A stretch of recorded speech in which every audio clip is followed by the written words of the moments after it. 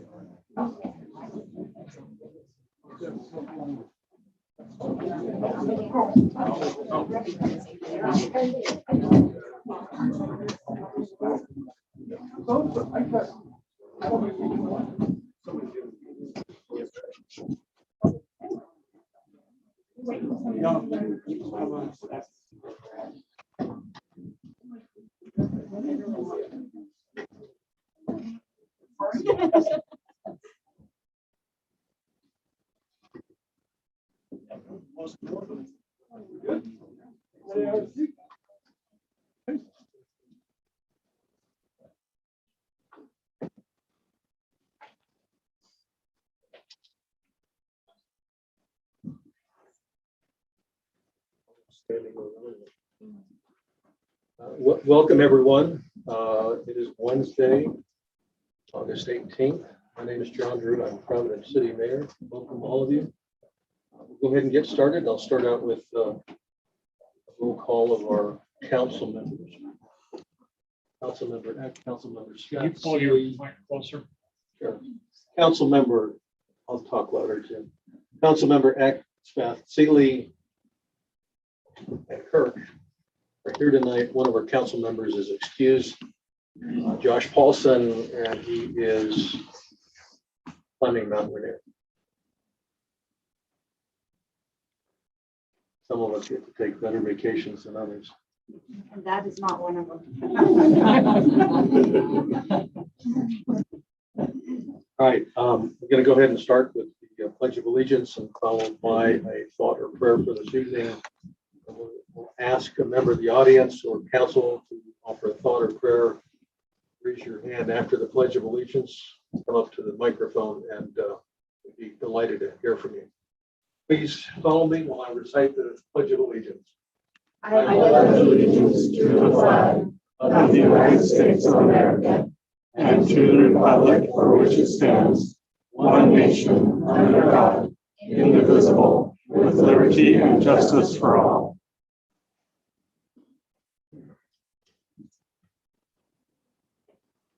Anyone like to offer a thought or prayer this evening? I can see someone from the audience.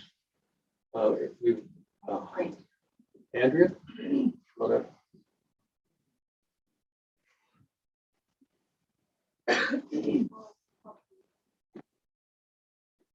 Our dear loving God and Father, we ask thee this evening to accept our gratitude for our freedoms, for our peace and our beautiful community.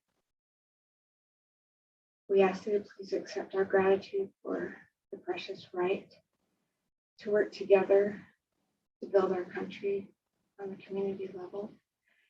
We express gratitude to thee also for those who have desired to serve. And we thank thee very much for the feelings of community that we all experience. We pray at this time for clarity. We pray for kindness. And we pray for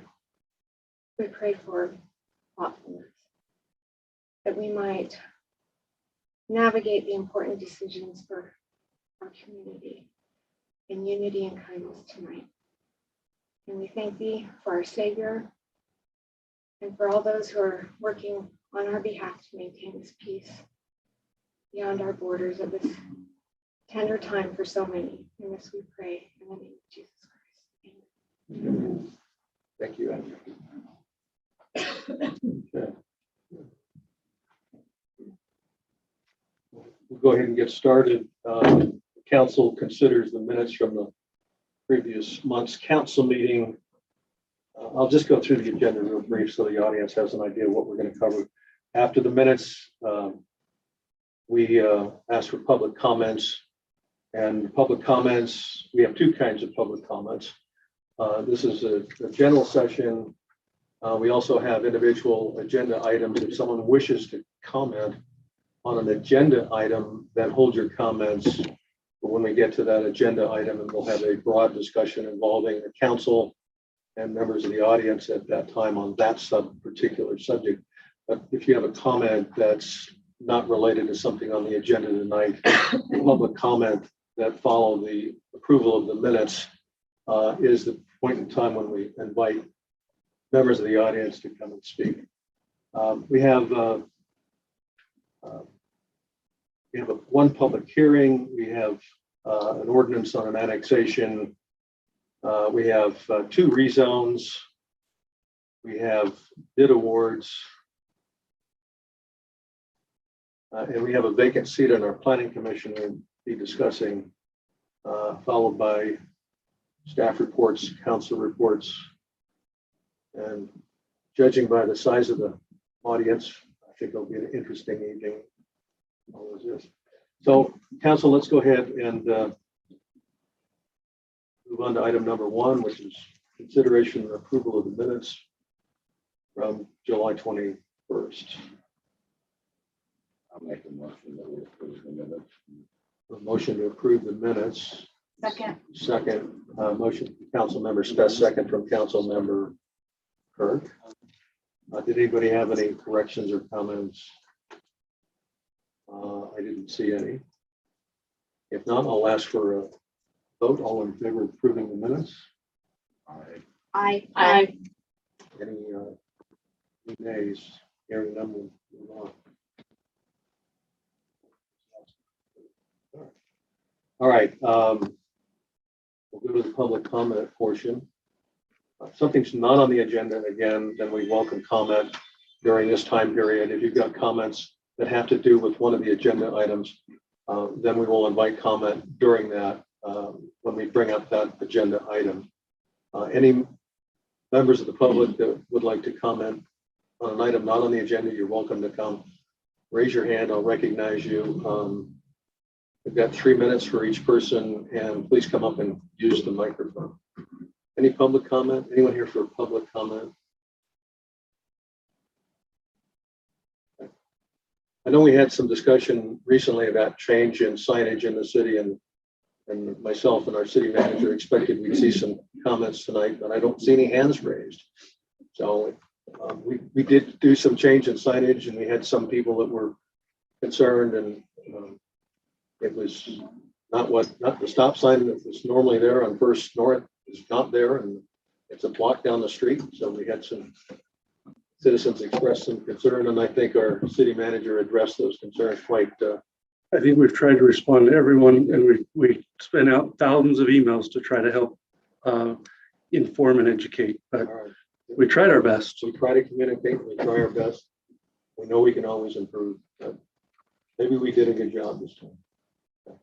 All right, I don't see anyone raising their hand to make any comments on something that's not on the agenda. All right, we do have a public hearing, and we do invite comment. This is item number 2. It's Alder Annexation. Providence City Council will take comments and questions regarding the application to annex parcels. And I'm going to read these for the record. 02089 0019 02090 0019 02090 0002 03002 0016 02090 0005 02090 0008 02090 0009 02090 0010 03 002 0003 03002 0004, located in the general area of 1700 South and 5th South. State Route 165.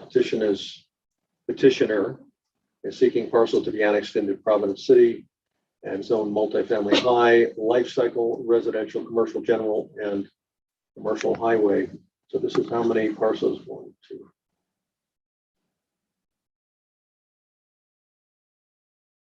We've got 10 parcels here. This has been considered by the Planning Commission.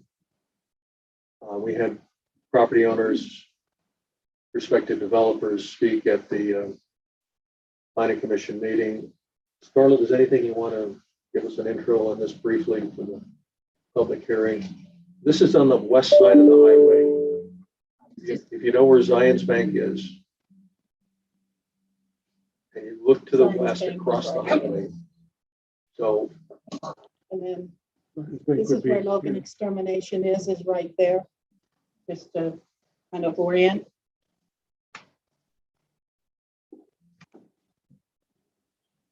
The annexation process is the first step before development happens. This property is currently sitting in the unincorporated portion of Cache County.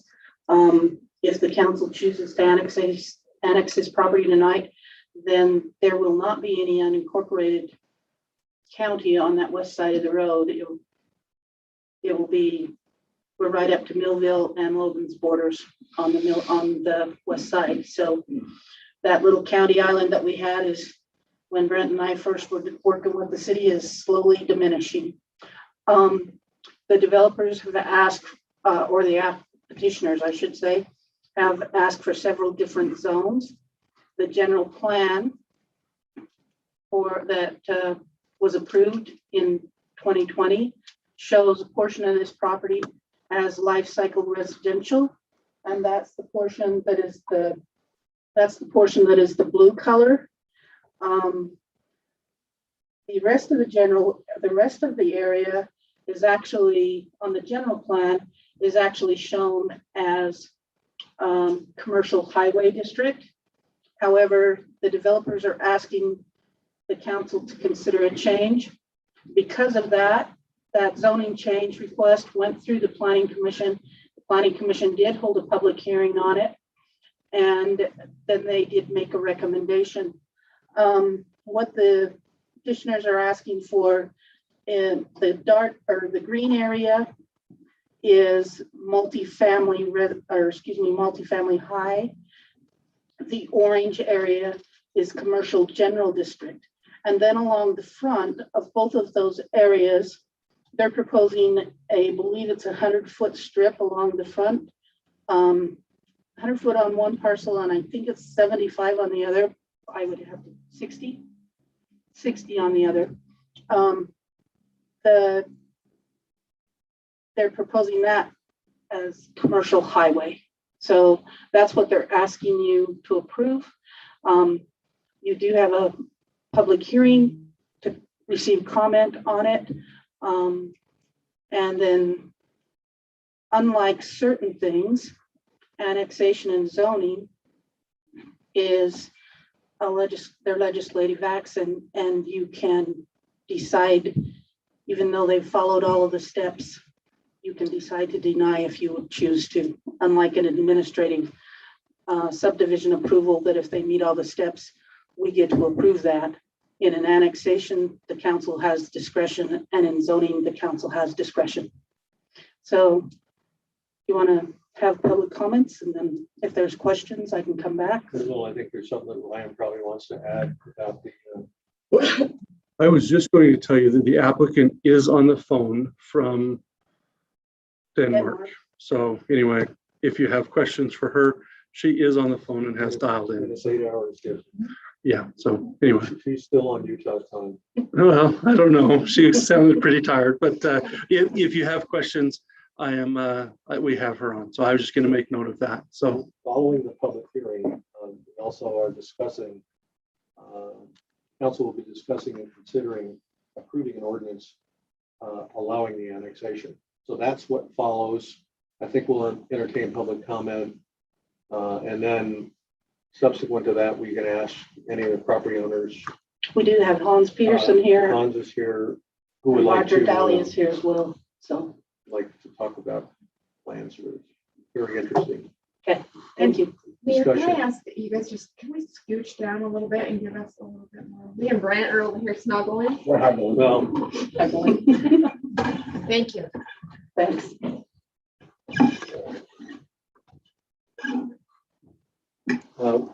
and one of the things that Ryan can comment, the city is planning, and I'm not sure the status right now is development on the west side of the highway has not occurred because we do not have complete infrastructure.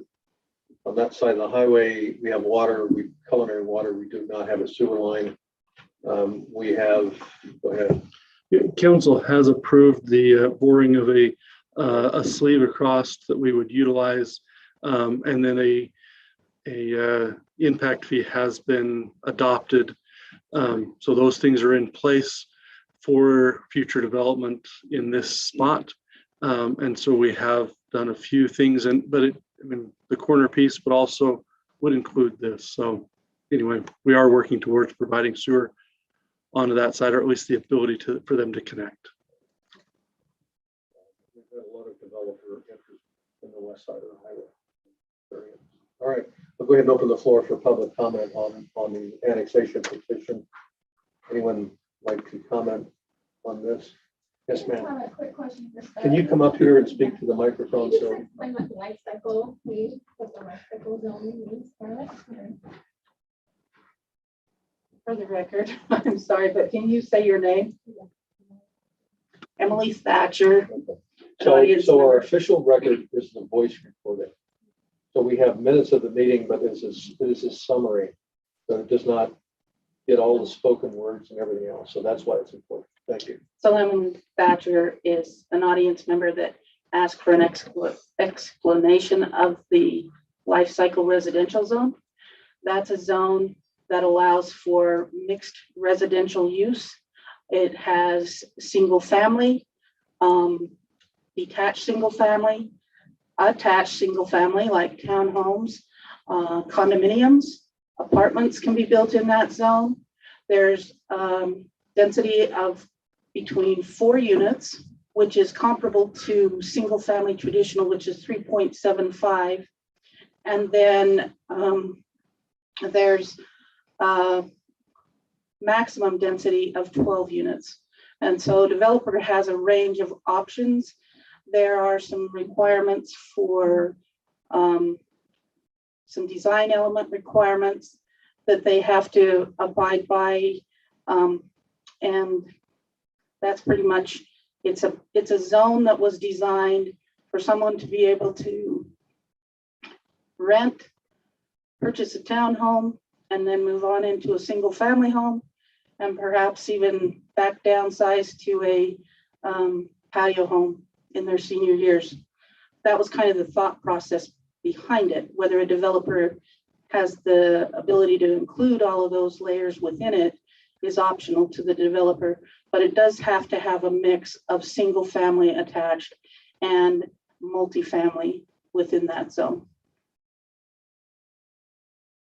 Emily, did that answer your question? This mixed use residential is kind of the generic term for it. All right, this is a public hearing. Any comments from the public? Emily, come on up this time. Right, my name's Emily Thatcher. This is funny because this isn't even why I'm here tonight, but I do just have a concern about the area in green, the green parcel, just that's a high density option also. Am I seeing that right? Is that correct? One of my concerns is just, it looks to me like the main outlet for that would be right onto the highway. And I just my concern would be high density housing, having to only get in and out onto the highway right there. Seems like a really bad idea to me. So Depending on like who owns the green versus who owns the blue, if the only access in and out of there with high density homes or whatever it is onto the highway, that was the concern to me. So I don't know what kind of clarification. Yeah, some of that would depend on how many and how much the fire flow would require. That would access onto UDOT, which has a lot stricter requirements than most on theirs. And we would expect the gravity of the sewer to probably go towards the lift station back here. So there is a good chance that there would be an access back to 1700. But that would be development at this point. So that comes, I think that there's somebody in the audience, and I don't remember which one, that was planning something for this spot. Oh, Hans, you have a general idea of what you want to do on this spot. Is that correct? Would it be okay for him to maybe give an idea? Obviously, annexation is not development, and zoning is not development at that point. But so this would be a high level 7,000 to 8,000 foot view, and not in the detail. But would you be interested in sharing that? So one thing Brian touched on just briefly, UDOT has some pretty strict requirements for access to any state highway. Absolutely. So depending on the development and what's planned, the developer has to pass muster from UDOT, which is a higher standard than Providence Cities would be because it's a state highway. There may be only one access allowed through this entire stretch. So depending on UDOT's requirements, but anyway. Please speak into a mic, Either one. Okay. whichever one. So what we're proposing. This is Hans Peterson, sorry. Sorry. Like you said, on the front strip of that, we're proposing to do highway commercial, which is high revenue. That's your tax base for the city, right? And then, we have some wetland issues and stuff, so we don't even know actually how many buildings or doors rather we'll be able to put in there, right? Because of the wetlands, there's a lot of unanswered questions. Maximum would be 80 units, but it would be probably more like a lot less. We have no idea. Okay. And we've talked, Scarlett had said that, and this is nothing set, so we've only just barely talked about this, is that on Fifth South would come out, I'm gonna walk right here. You can use this mic if you. Okay. About right here, that more or less Fifth South is going to come out, right? Yeah. More or less. I apologize that I'm in the road of this, but here's Fifth South coming down here. And the thought is that it will turn and come out around right in this area. So because we obviously cannot go right through the middle of a pond. So it's going to go just a little bit north of that pond. And there had been some discussion, and I don't know where that's at even today. And this is something that we've only just barely talked about it, but there's been some talk of underneath the highway, putting a bike path. Is that still a possibility? That's a possibility. Okay. And there'd been a discussion with UDOT too, right? Quite a while ago, not a serious one. But Okay. And we don't have, but along our waterway here, we've got a 100-foot setback that we cannot build. Okay. That's a Providence City bill, right? floodplain. Floodplain, yeah. So that we've talked about doing some kind of like a bike path that would be a public access possibly. That's, like I said, this is the 10,000 foot view deal. It's all being spitballed. That's pretty much it. So there any other questions? Thank you, Clark is our representative. Clark, can you come up here so we, there you go. I'm Clark Rigby with Cornerstone Real Estate, working with Peterson's on the sale of the property and kind of what we're doing there. One thing that we talk about, this is not set in stone, and Roger could comment on it as well, but we talk more, obviously, in order to get that kind of density, ingress and egress is important, right? Getting in and out. And so probably a possibility, like Ryan mentioned, of some kind of access to 1700 South. Right? That would make the most sense to us. And of course, this is down the road, right? As of course we get further into development. That's not quite at this stage, but just so you know our idea, our plan, something along those lines. Of course, we have to work with the alders and doing something like that. That's the plan right now, the thought process. Thanks, Clark. Any other comments or questions on, okay, Andrea? Can I make an explanation to the audience? I just think it's important for the audience to understand that annexation is bringing something into the city.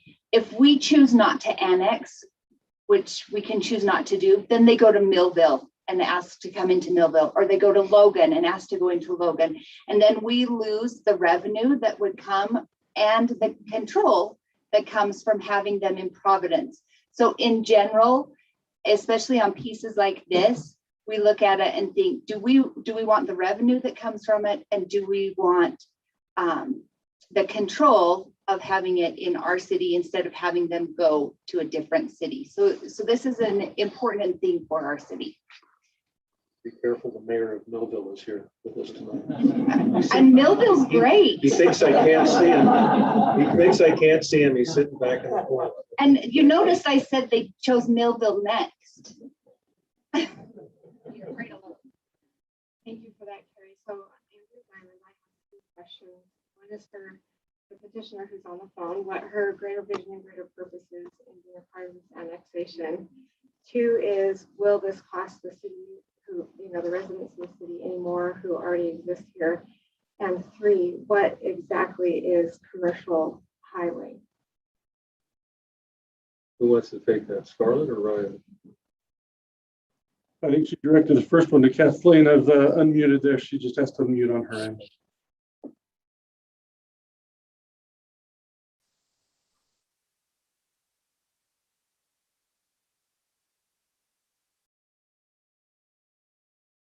Long ways and 8 hours ahead. The big 40 acre, well, the big piece that is next to Blackhawk is my piece, and we have some commercial plans for that. I'm not ready to divulge exactly what we have going on there, but we're right now it's zoned life cycle. And when we solidify what we're going to do, there might be a change to that. But right now, we're just interested in getting all of that property into Providence so that we can bring any kind of development. And it isn't just commercial development that brings tax dollars to the city. It is also any kind of residential brings tax dollars to the city. So I think it's important for everyone to bear in mind that we're trying to annex into the city. It's an advantage to Providence City for us to come in.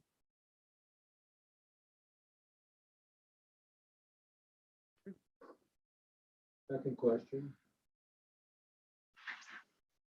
Cost for the citizens. Cost of Cost to citizens, the residents. I'll take maybe a stab at that, and if it isn't all of what you asked, Ms. Diamond, that we can look at that. At this point, impact fees generally cover costs associated with new construction. So if they built any of these that built, they would build their own infrastructure and pay an impact fee into the system to buy into the infrastructure that would need to be there. At this point in time, the city council has agreed to pay up to $75,000 for a sleeve to go underneath the road for sewer to come back and flow through. We expect that funds to be paid out of impact fees coming from from growth in this area. So at that point, I would not expect the citizens that are currently here to pay for any of the development or the infrastructure that would go into that. So I would expect that the impact fees, that's why the council's adopted impact fees. So I would not expect that to occur, if that helps answer the question. I get her nod, so. And then third, I think, was clarification, and that's probably you, so we'll pass the baton. What do you want clarification on again? Commercial highway. The commercial highway district is a district that Providence City created quite a few years ago. We worked with developers in the Alder Square subdivision and actually the developers in this area that we are all sitting in right now when we created that. It was to encourage retail development.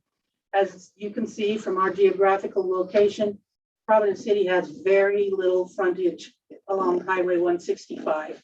Now, we are really glad that Gateway Drive is coming through and bringing people into our commercial area, but 165 seems to be the prime spot for businesses that feel like they are businesses that survive because people can see them.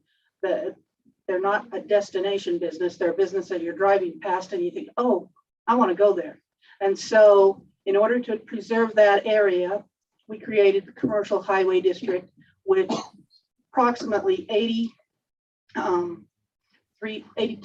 of the district needs to be, no, actually it's 87%, sorry, of the district needs to be retail sales tax producing businesses.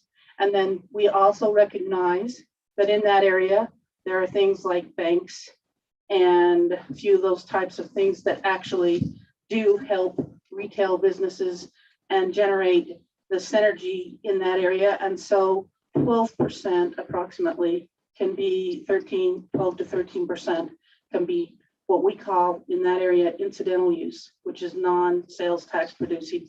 But the bulk of the commercial highway district is retail oriented.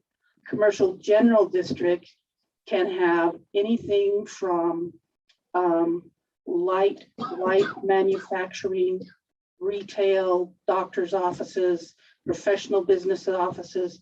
It's our broad spectrum for commercial, where commercial highway is designed to attract retail sales tax generating businesses.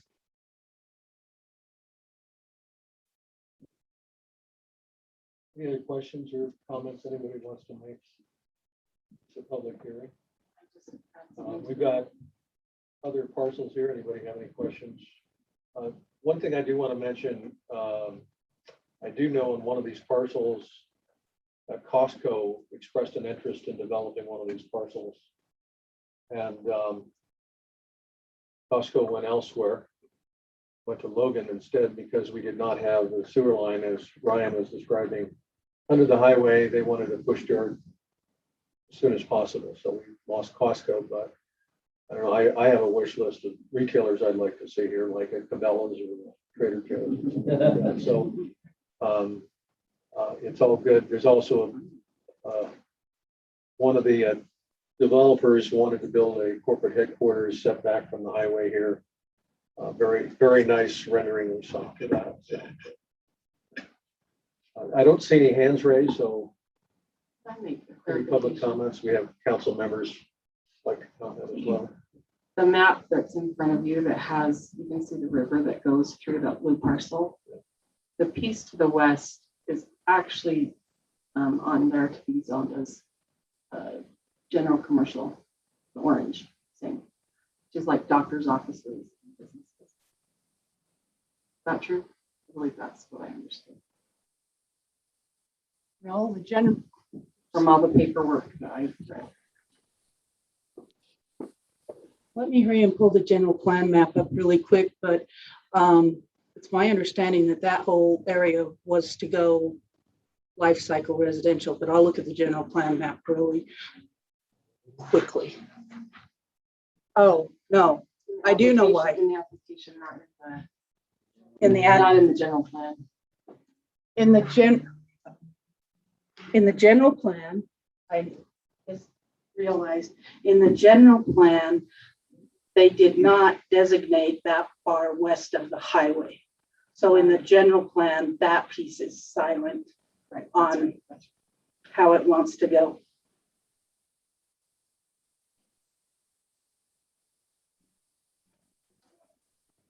Yes, sir. Come on up, take the microphone and introduce yourself.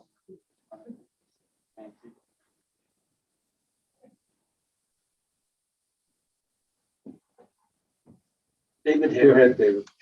David. I just had a question. If you have the life cycle, David Harris, the mayor of Melville. So I didn't need to say that no, part. you're more than welcome to. Anyway, Glad you're here. We're glad you're here.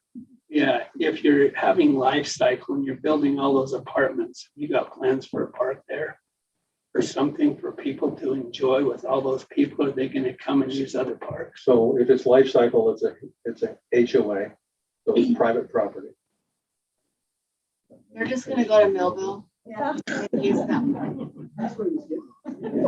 I'm joking. Just a Actually, question. it's nice that's all. Our design standards that we just applied to this have So, put in requirements for park space so and playground. we have a parks, trails, recreation master plan. We have moved forward on that. Do we have anything on that side of the highway? Well, I would say back to Janelle's point, I don't know whether that was clear, but I would reiterate that, is that the design standards for life cycle require certain levels of park and amenity space and open space. So that is part of the ordinance for that zone. They have to do some. They have to provide some of that green space. And so. So is that based on property amount or is it based on numbers?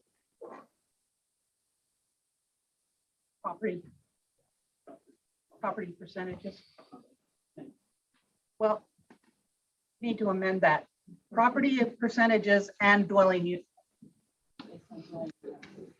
Property percentages and dwelling unit numbers come into play on both of those. As well as park impact fees. So I do know some of the developers, because some of this is wetlands, have plans for walking paths in those areas. So just because of the layout of the area, there's a lot of it that, because of the restrictions from the Army Corps of Engineers, just can't get built on. So a walking path, it may not be like a traditional park, but it'd certainly be open space. Won't have baseball fields or soccer fields necessarily, but it might be like Riverwalk in Logan to a certain extent. It might be a quiet place with park benches, things like that. So, any other questions or comments? Raise your hand. I don't see any comments from the council. Okay. All right, so we'll go ahead and close the public hearing on the annexation. We will move on. So we have a companion item on our agenda, item number 3, Ordinance 2021-016, and this is annexation of the properties, the 10 parcels we just discussed. Alder annexation, Providence City Council will discuss and may take action on an ordinance authorizing the annexation and zoning. I'll have to read all these again. Parcels 02, 089, 0019, 02, 090, 0019, 02, 090, 0002, 03002, 0016, 02, 0090, 0005, 02, 090, 0008, 02, 090, 009, 0009, 02, 090, 0010, 09002, 0003, and 03, 002, 0004. There's 10 parcels. Stated parcels are located in the general area of 1700 South and 500 South, State Route 165. Approval of the ordinance will annex parcels into Providence City, with them being zoned as multifamily high, life cycle residential, commercial general, and commercial highway. Planning Commission held a public hearing on zoning of these parcels on July 14th. Planning Commission unanimously approved the annexation and assignment of the zones. And that's a recommendation from the Planning Commission. The final decision is the council's, solely the council's, on the rezone. So there we have it. Council, any questions? Any questions for the landowners, developers? No, I make a motion that we approve the annexation. All right, I have a motion from Council Member Eck to approve this ordinance. I have a second from Council Member Staff. For the discussion, questions, I have a question. and a question. If we want to modify the zones in any way or adjust the width of like the commercial highway district, how does that affect the application for annexations? I mean, I don't think this is like a normal, I don't know how it applies in an annexation case. You as the council have that prerogative to assign the zones the way you would like to. If the petitioners feel like that's not the way they wanted to go, they could always file an appeal. I think that would be the next step if they felt that didn't work. I think I agree, or they could come back for a rezone later if Right. once they had their development. once they knew exactly how they needed to work it, they could come back and ask for a bit different rezone, which is we're quite sure that's going to happen on the Alder pieces because their plans are more fluid at this time. Is Kathleen still on? Do you want to ask just 1 second if she was asking for commercial general on that one piece? Because I can't find that. So So, it's not, no, that piece it's listed as LCR, the half of the farm. So, oh, okay, but the strip along 165, that's where you're talking. yeah, You're asking whether it could be smaller, wider, or the commercial- same. the commercial equal highway. width and so depth. all of it could be the same. So it could be uniform. 60 feet sounds kind of narrow to me to incorporate parking, to incorporate green space strip, plus the businesses themselves. I feel like it needs to be a little wider than that. Deeper. Deeper, yeah, deeper. That's on Roger Dowd. Roger Dow. Is that on your parcel? That's on both of us. One of you has 60, one has 100. We have 100. Yours is 100. I feel like that seems more adequate to me than the 60, but sure. Sure, come on up.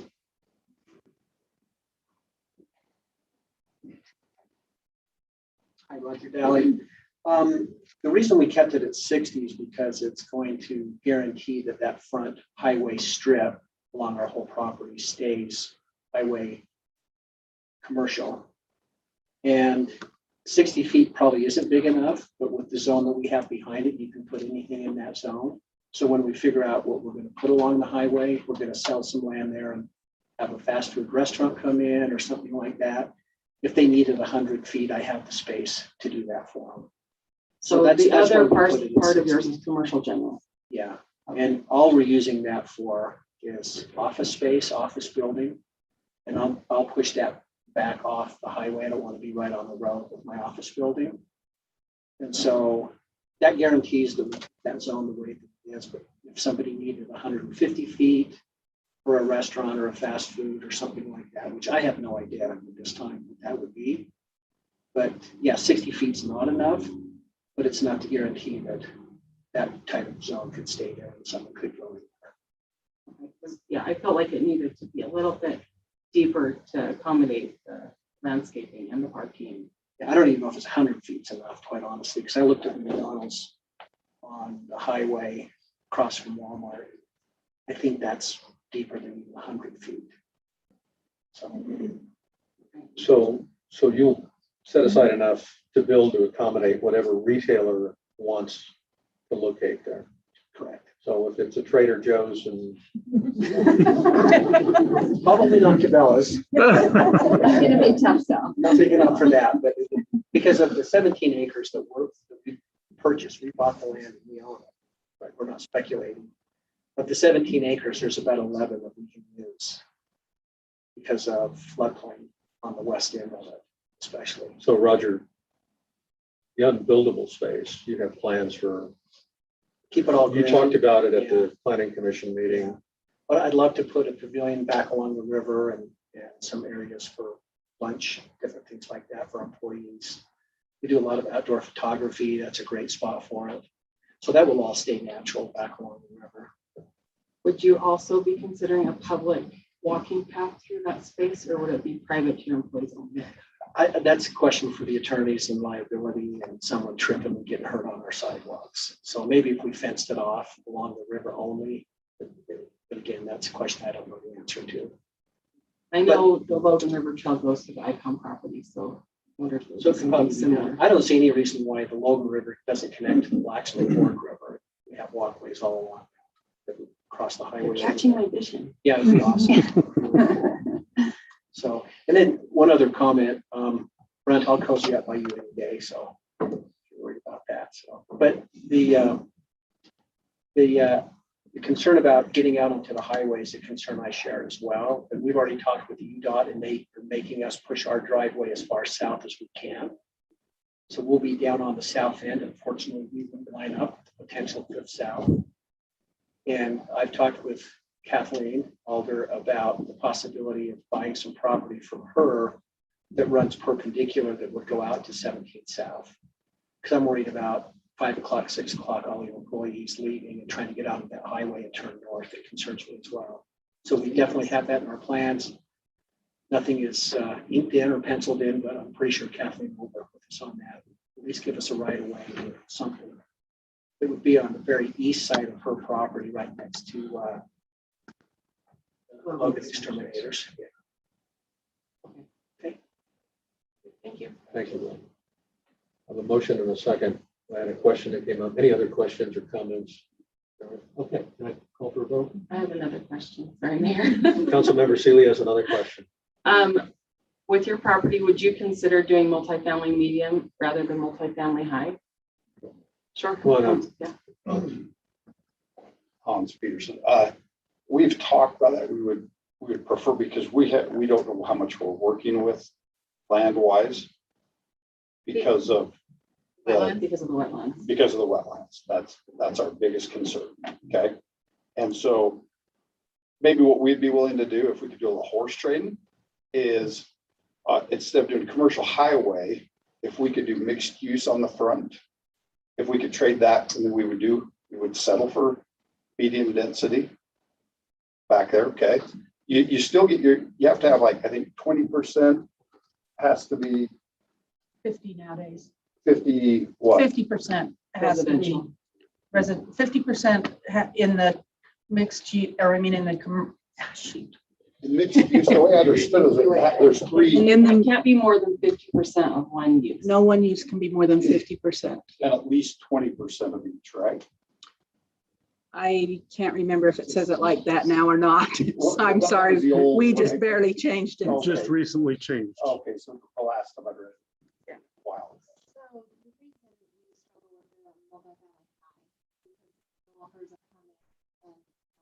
Just packed it in.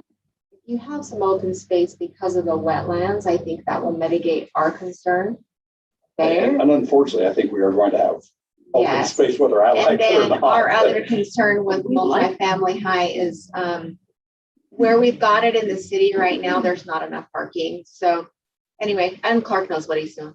Yeah, and he's Trust him. he's kind of Yep. the brains behind it. So what's available to develop will be determined by a geo study, which will map out exactly where the wetlands is delineated and can't be built on.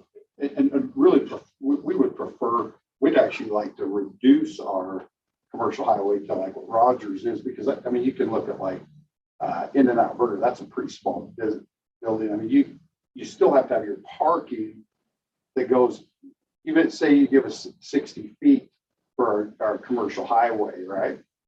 We still have to have parking regardless and all those other things that service that, right? We also have setbacks off the highway that we have to deal with that are not the same as in town. So it uses up, and the front part of our land is the most usable land, really. It's dry for sure. It's not wetlands. And so we would like to utilize quite a bit of that for housing. Makes sense, because we understand your desire for some commercial tax generation, but we still realize that, you know, you've got to have parking and all those kinds of things, but we do have setbacks, so it pushes back our usable land. My only comment was kind of about more about your concern about critical lands. Christina brought it up. You know, of course, you know as well as I do that anytime you're doing Clark, right? and this is Clark, For the record. it's Clark Rigby. Anytime you're doing something like this, you have to take into consider critical lands, right? So anytime you do a development, the city engineer will look at it and say, okay, here's the total parcel, here's the developable portion, and then here's what would be considered critical lands. We're going to remove that from the calculation of dwelling units per acre. And so our concern is if we reduce it to a lower density, the problem is we do have some critical lands with wetlands along the pond, along the river in the back. The city engineers, we know ahead of time, is going to require a buffer zone on that anyway.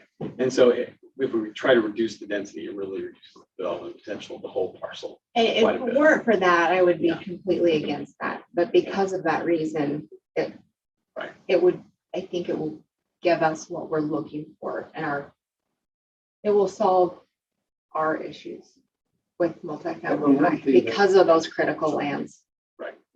One of the things along that floodplain, I would guess it's probably close to 800 feet in length from 165 to the back of our property. I'm approximating 800 feet. You've got a whole 100 feet, and we've talked about, this is something we'd be willing to discuss with the city, is dedicating that maybe to the city for a city park. It'd be narrow, mind you, but it would border all that water. It would be usable by the residents that live there, but also the city, especially if they do decide to put in that underpass, or there would be that walkway from 5th South coming across. Yeah, we have desires to make it what you're thinking, to make it something really special down there. It is a special piece of property, this whole area, with the water there and all that kind of stuff. And I think it could be a really nice additional property. And maybe we could alleviate, you're asking Roger that if he wants to put a walkway, but maybe we can pull some of that from him so that he can utilize that for his workers. And then we could bear some of that load over there. Okay. So that he doesn't have to, where you're trying to run a business. So. Of course, we're drilling into details that we're ahead of. We're ahead of, but it's good to know, right? yeah.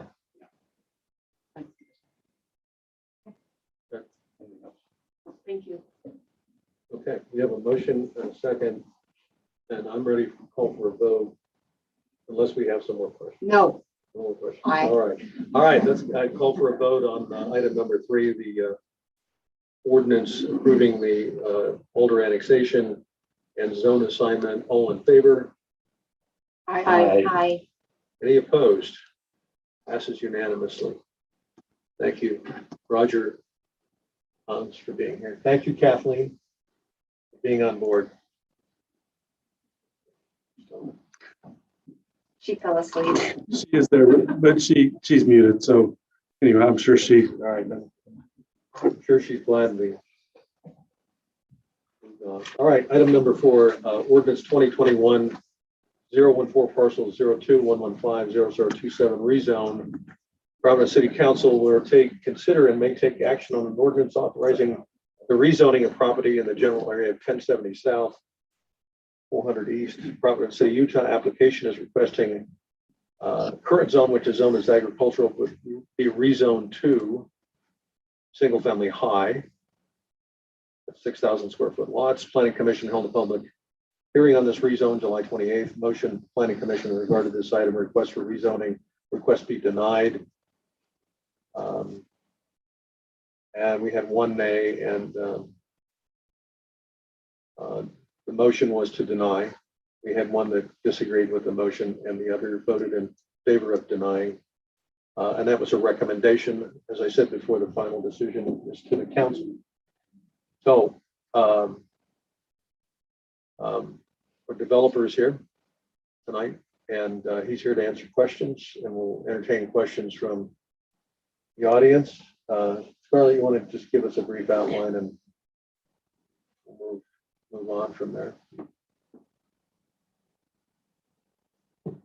This parcel is surrounded by single-family traditional and on 3 sides, and a little bit of single-family estate on the west side, and single-family large, which is a minimum of half-acre lots, 20,500 square feet on the south side. The single-family traditional is a minimum lot size of 12,000 square feet, and the single-family estate are 1 acre lots. The applicant is requesting single-family high, which would allow lots as small as 6,000 square feet. Frontage requirements on those lots are 60 feet, or not, I shouldn't say frontage, lot width requirements on those lots are 60 feet, where in the single-family traditional, a lot width is 95 feet. In the single-family large, a lot width is 100 feet. And I apologize, I don't remember what it is in single-family high, or I mean, single-family estate. So, but it's much wider than 60 feet. So that the density that surrounds that, of course, in single-family estate, 1 lot per 1 acre. In single-family large, it's 2.13 lots per net acre, and single-family traditional is 3.75 lots per net acre. And net acre means you take out any sensitive areas, any areas dedicated for public use, right away, or excuse me, yes, any areas dedicated for public use and right away. And then what's remaining is the acreage you get to use for your density. That's why when the previous developers were talking to you about after they have their delineation on their wetlands and they look at their floodplain and everything, it will reduce the acreage that they can use for density. So that's when people look at a 4 acre piece and they think you can get 5.5 and they go 5.5 times 4 acres and do the math, they'll come out with a little bit more than what the developer will actually be able to get. But in this particular case, it will be fairly close, because this development would have to improve a little bit of 4th East and a little bit of 470 East, but they're not putting in, if they keep it as a private development, they're not going to be putting in full-blown public right-of-way. So they'll have a little bit more ground than a traditional development would have to work with, but not much. And there are a couple of people that did email some comments. So after you take the live comments, I'd be happy to summarize the ones that emailed if you'd like. Okay. Andy, you'd like to? No. Okay. So Go ahead, introduce yourself, Andy, and then. my name is Andy Bentley. I think you've seen me a few times, so I think you hear from me. So we've done this a few times. Try to work out with the neighbors. I still stand behind. I still think it's a great project. I think it's a great place for it. Many people do not agree. That's okay. So I had spoken to Scarlett, and ultimately, you guys aren't going to approve high. Let's just be honest. You're not going to approve high density. Okay. We already know this. You already know. People told me to talk to you individually. You said no way. So we'll go ahead and drop that. Right. It's not going to happen. So I feel like I'm just, beat a dead horse. That being said, even though across the street on 470 is single family traditional, now it is actually fits in single family residential, which is 80-foot frontage. Okay. 80-foot frontage and 10,000 square foot minimum lots. Okay. So if we were to do that instead, I can essentially fit 10 lots, 80 feet wide, 200 feet deep, 16,000 square foot lots each. They match exactly what's on 470 East, north to south all the way, and we call it good. So that's essentially where I'm gonna go. I talked to Scar. She said, you guys would be more than welcome, or if you're willing to approve something like that as opposed to what I'm requesting. So I don't have to go back and do the entire thing again, knowing that that's what we're going for. And if everybody's happy with it, just what's existing on 470 currently. And I'll just tell you where I'm at. Wait a minute, Scarlett, wants to withdraw his petition. He has to refile it, right? No, No? he can, So we can do this on the fly. you and just can, change the, particularly when he's asking, Okay. particularly when he's asking for a downsize in zoning. Okay. Just for the record, I said that you would entertain his Yes. request. So you have to be I did not. She said she would. I don't remember. Yeah, no, I never commit councils. Yeah, she didn't obligate. But she said that it's possible. so we can consider without a repetition from the developer. You can consider a density different zone. that is lower than what he's petitioning for. You can consider a different zone, yes. With the modification of the ordinance. You're Yes. talking about single family residential, you're talking about Hillcrest? I'm talking about 470 east across the street. We're across the street, and right now they're 80-foot frontages all. Let me explain why there's No, but this all of conflict. Back when Orchard Hills Phase 1 and Hillcrest, when they were developed, we had, we still have a flexible lot sizing ordinance, but we called it lot size averaging back in that time frame. And they were allowed to have a percentage of lots. At that point in time, they could go down to 10,000 square feet and 80-foot frontages, but the overall average, they couldn't increase density, and the overall average had to be 12,000 square feet or more. So it's different than single family residential today. It's different than single family residential today, but the lot sizing that he's talking about along that street matches what a single family residential is today. But in 2005 or whenever that was that those developments were put in, that was a legal use in a single family traditional, was to drop down to 10,000 square feet and 80-foot And frontages. then you can also put twin homes in single family residential. Yes, that's correct. And that's what you originally came to us with, was twin homes. I came with 55 and older community. Yeah. So higher density and higher density. So 55 and older, they don't want to take care of So the the yard. way the ordinance is written for single family residential, I'm not willing to, I understand what you're saying with the frontages and the lot sizes, but because that does allow you to do twin homes. And it really needs to be. On 160. I know, I I understand that. A little crazy. But Why that's in our ordinance, that, and maybe that's what needs to be changed as ordinance, right? But I think it needs to be single family traditional. I'm sorry, I know that you're, sorry. I know that, I know she just gave me an eye roll. Just straight up open eye roll. I understand that. It's a little crazy. It is, but you know what? I don't just approve me something so I can get out of here. Honestly, like whatever you got. Like I'm done. I'm just done. Like I've talked way too much. I've done way too much work, spent way too much money. Let's just get it done. I think Council Member Eck is saying she would make a motion to approve single family traditional, and if we get a second, then we'll vote on it. So is that where These we're other at? guys might have other opinions Right. than me. And I understand. And hopefully don't take that like too, You know what? No, I'm Mayor, not can I go- easily offended. Mayor, can I help you out just a Sure. minute on that? It would be a motion to amend the ordinance to whichever zone you want to, instead of single family high to single family traditional. So that's what it would be a motion to amend the proposed ordinance. Which would make it a two-step process if you wanted to do that. So you'd have to amend the current ordinance drafted to what you wanted, and then you would take a vote to approve or not on that. Does that make sense, Kay? It's always two steps. We make motions and then we vote. This is two motions and two votes. Four steps. So we'll hold on. This is four votes, I guess.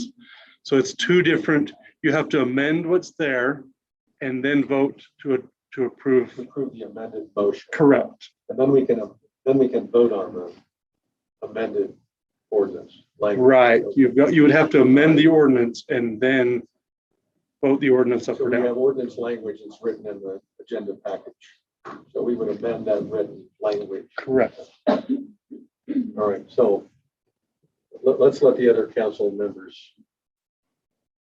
I would support that. I'm staying with single family traditional. You know, You want to amend it and take a vote? I'm just running the meeting. You guys get to vote. I don't get to vote it unless there's a tie. I would also. All right. Question.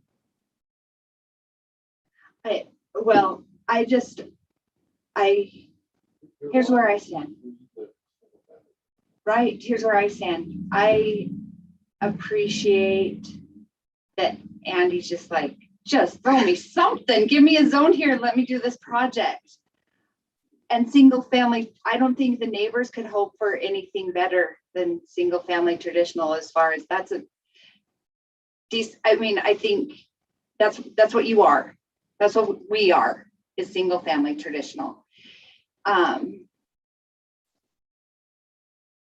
But last time I voted on something and didn't send it back to the planning commission, I lost sleep about it. I thought, why didn't I just send it back to the planning commission to have them look at it? And then there's 5 more eyes on it. And so although if it came with a recommendation as single family traditional, I would vote yes.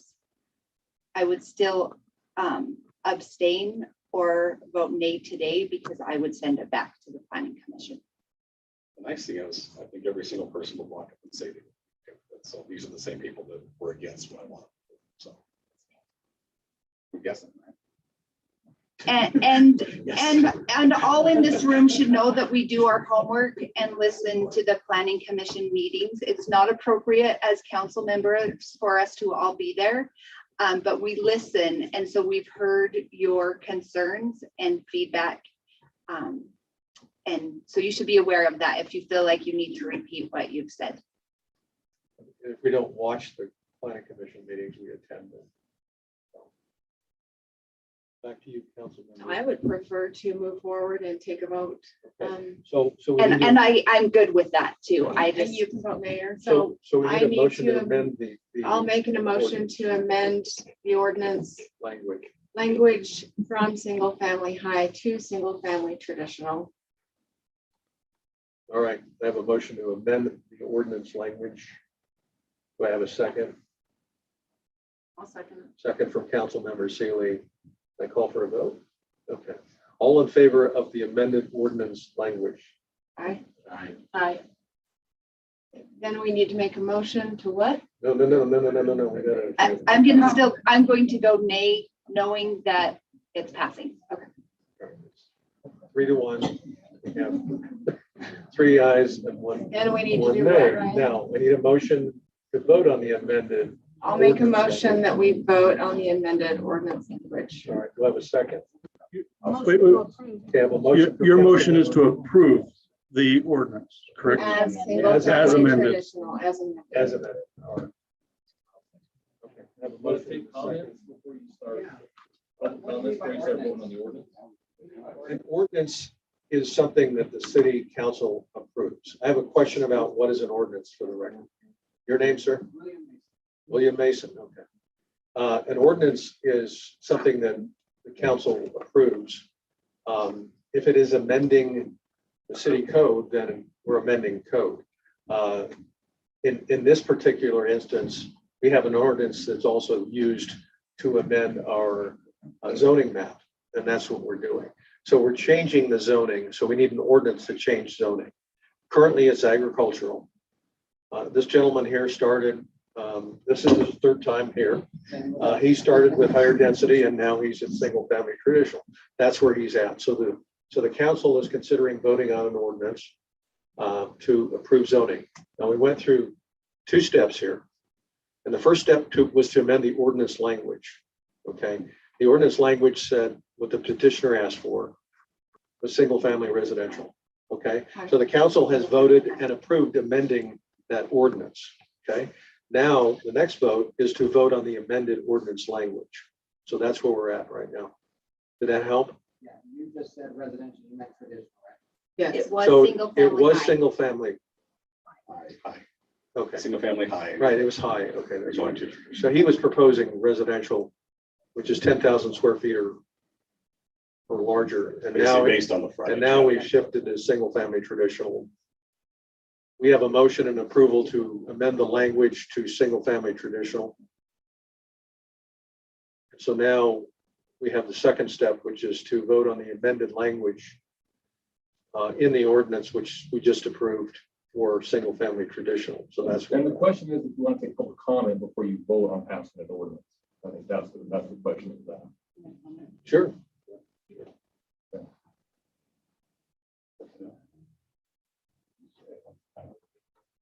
You can sit at the desk so that you have mic if you need to.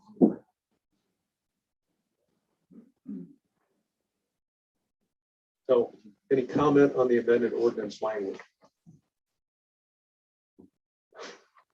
I think I see some smiles here. Yes, sir. Come on up.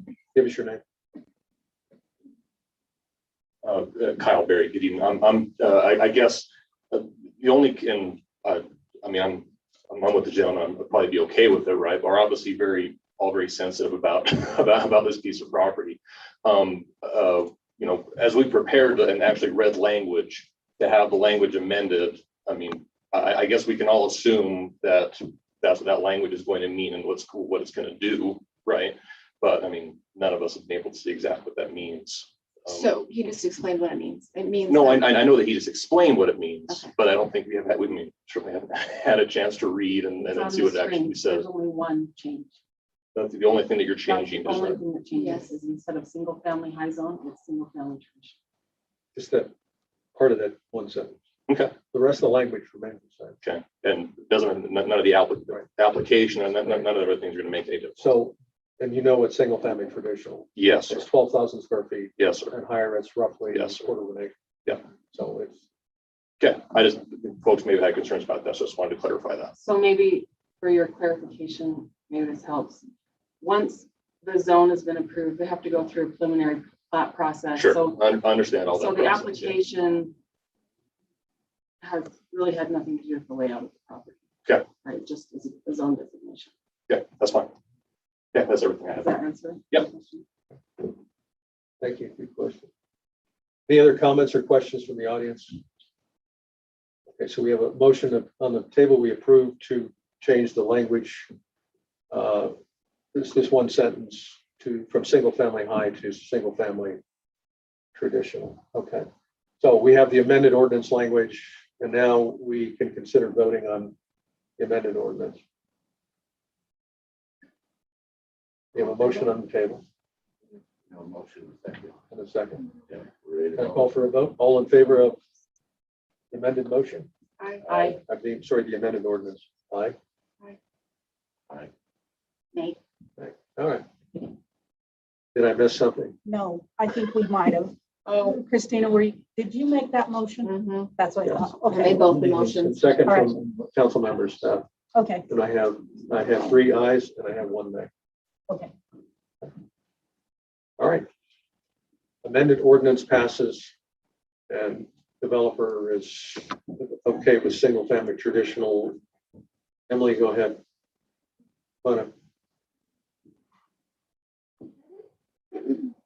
I didn't really. Emily Thatcher. Emily Thatcher, thank you. Emily Thatcher, was there an opportunity for public comment on just this issue, not the changing of the ordinance language? Was that going to be opened up? On just so we can comment on this issue? We did ask for comment. I did ask for comment. Sorry, I thought that was just specific to changing the ordinance language. So, You know what? I'm fine if you have a comment or question. You're more than welcome, even though we've already approved. well, if it's not going to change anything with this decision, that's fine. When you asked for questions, I thought it was specifically for the ordinance. Excuse me. So But we'll be happy this to- is the point I would make with this spot and the single family traditional, which I think is a much better compromise. One thing I do want to point out though is if we expand a little bit from this piece of property on the map, there are really only like 5 or 6 homes that are that size of property. If you expand, everything else beyond that is not traditional. It really is in this whole area, single family large, single family estate. As you expand out, there's really only a few homes along 470 that are within this single family traditional zoning. So to put a whole new subdivision in, trying to like match that, really is just taking us back and redating just that one tiny strip of homes. Even along 470, they're not all that same size.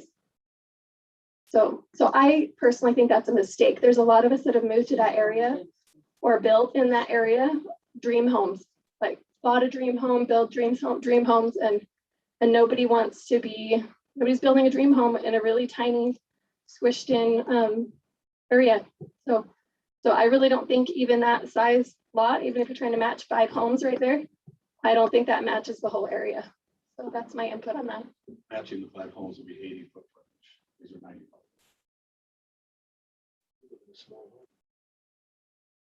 All right. Yes, sir. Come on up. I'm Tom Singleton. Just in answer to Emily's question, I spent a good part of the afternoon just for my own personal interest looking at what all the lots up there on that South Bench area are.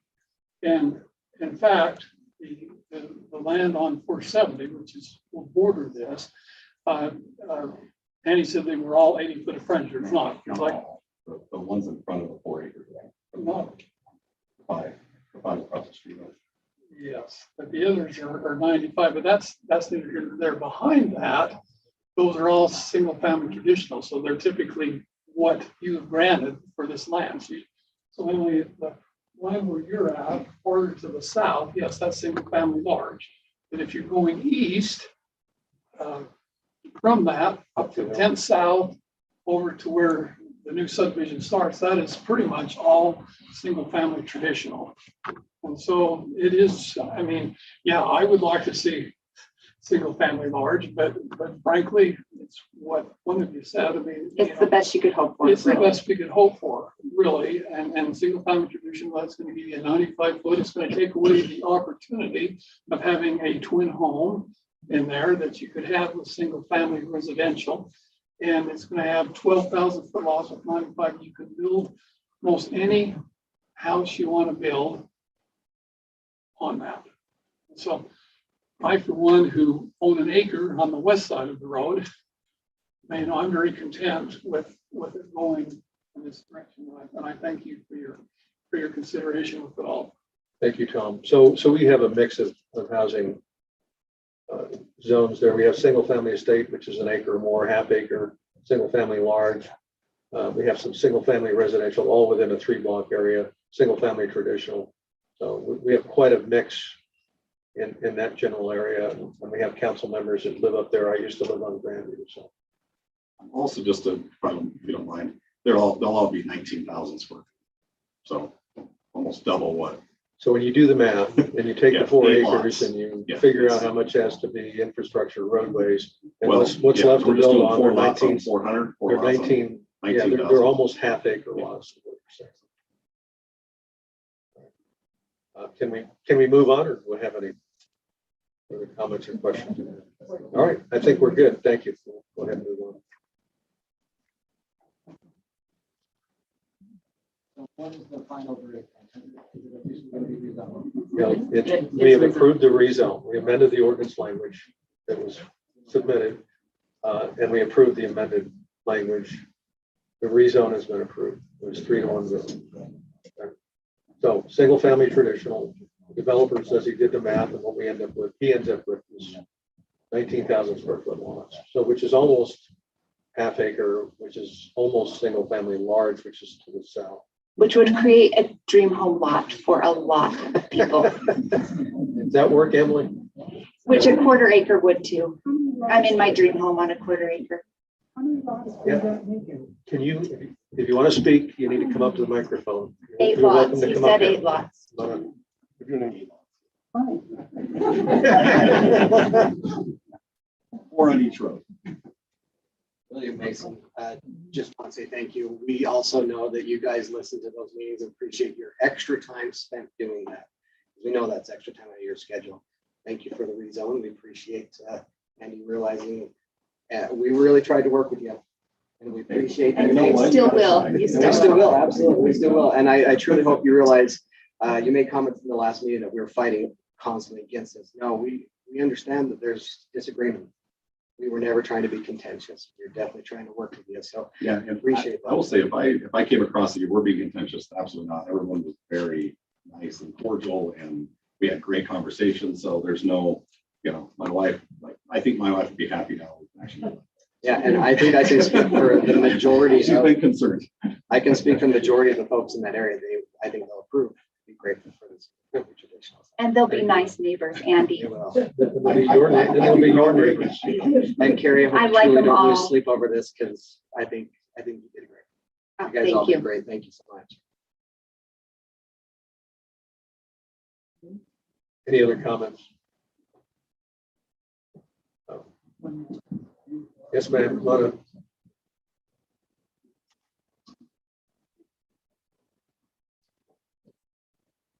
Thank you all for coming. I would like to make a last comment. Would you give us your name?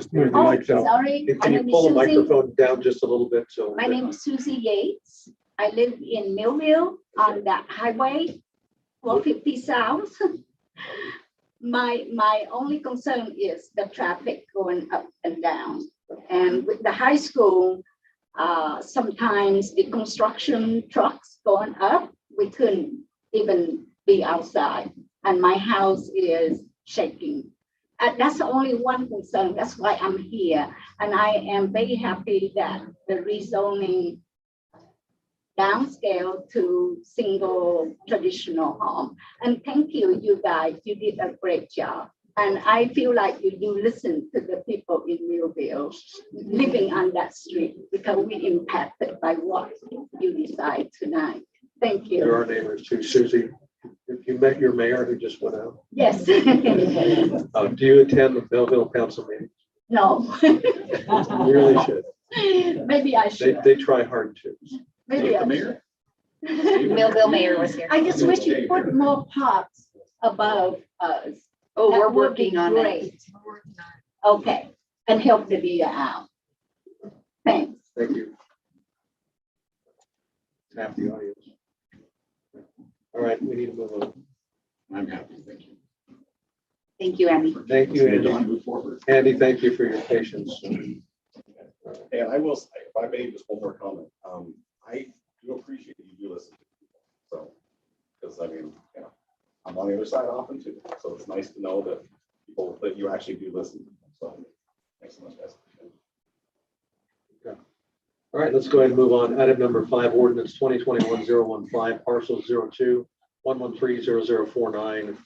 Rezone. Providence City Council will consider and may take action on an ordinance authorizing the rezoning of property in the general area 750 South, 500 East, parcel 02-113-0049, currently zoned as agricultural, with the request that it be rezoned to single-family residential.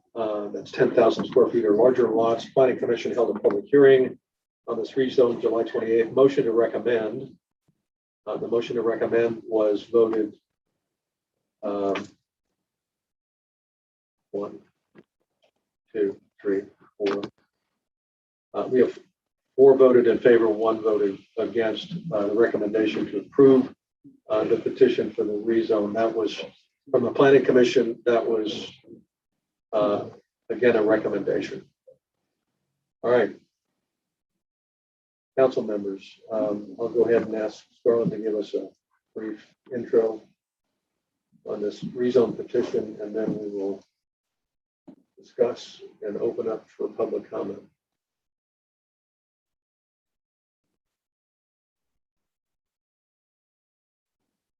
Okay. The petitioner is asking for single-family residential, which has a minimum of 10,000 square feet, 80-foot frontages. In single-family residential, you can have 4.5 units per net acre. If you do happen to twin homes are allowed in that zone. Twin homes are not duplexes. Duplex is, in our ordinance, a duplex. Someone owns it and rents both units out. Twin homes, they're owned by two different people generally, and they, in a duplex, the people don't own the property it sits on. The people just rent one of the units. On a twin home, the people actually own the portion of the lot that their half of the house sits on. In order to do a twin home, they do have to increase the lot size because each half has to have a minimum of 6,000 square feet, and each half has to have a minimum lot width of 47.5. And they are only allowed a percentage on the twin homes. So someone could not go in and make a complete twin home development, but very definitely twin homes are allowed in single family residential. As you can see on the map that's got the kind of the aqua color and then the green and the gold around it. The green piece is this one. The aqua color is the Hillcrest subdivision. And generally that color stands for single family estate. That piece of property, back in the time when that happened, the city listened to people and people said, we want to know what's going in before you change the zone. So, Are you talking about Hillcrest right now? yeah. And so the city council and the planning commission worked with the developer all the way through the preliminary plat stage based on the general plan at that time that it would be single family traditional. And again, at that time, that lot size averaging was allowed. The night of the public hearing, of course, people expressed their frustration and they wanted to have it larger. And one of the council members voted to zone it single family large, and the rest of the council did. They voted single family large, or excuse me, single family estate, which made 1 acre lots. We didn't have large at the time. Thanks, Ryan. The developer was quite frustrated with us because he had spent a lot of time and effort to get to that point and actually had approved plans.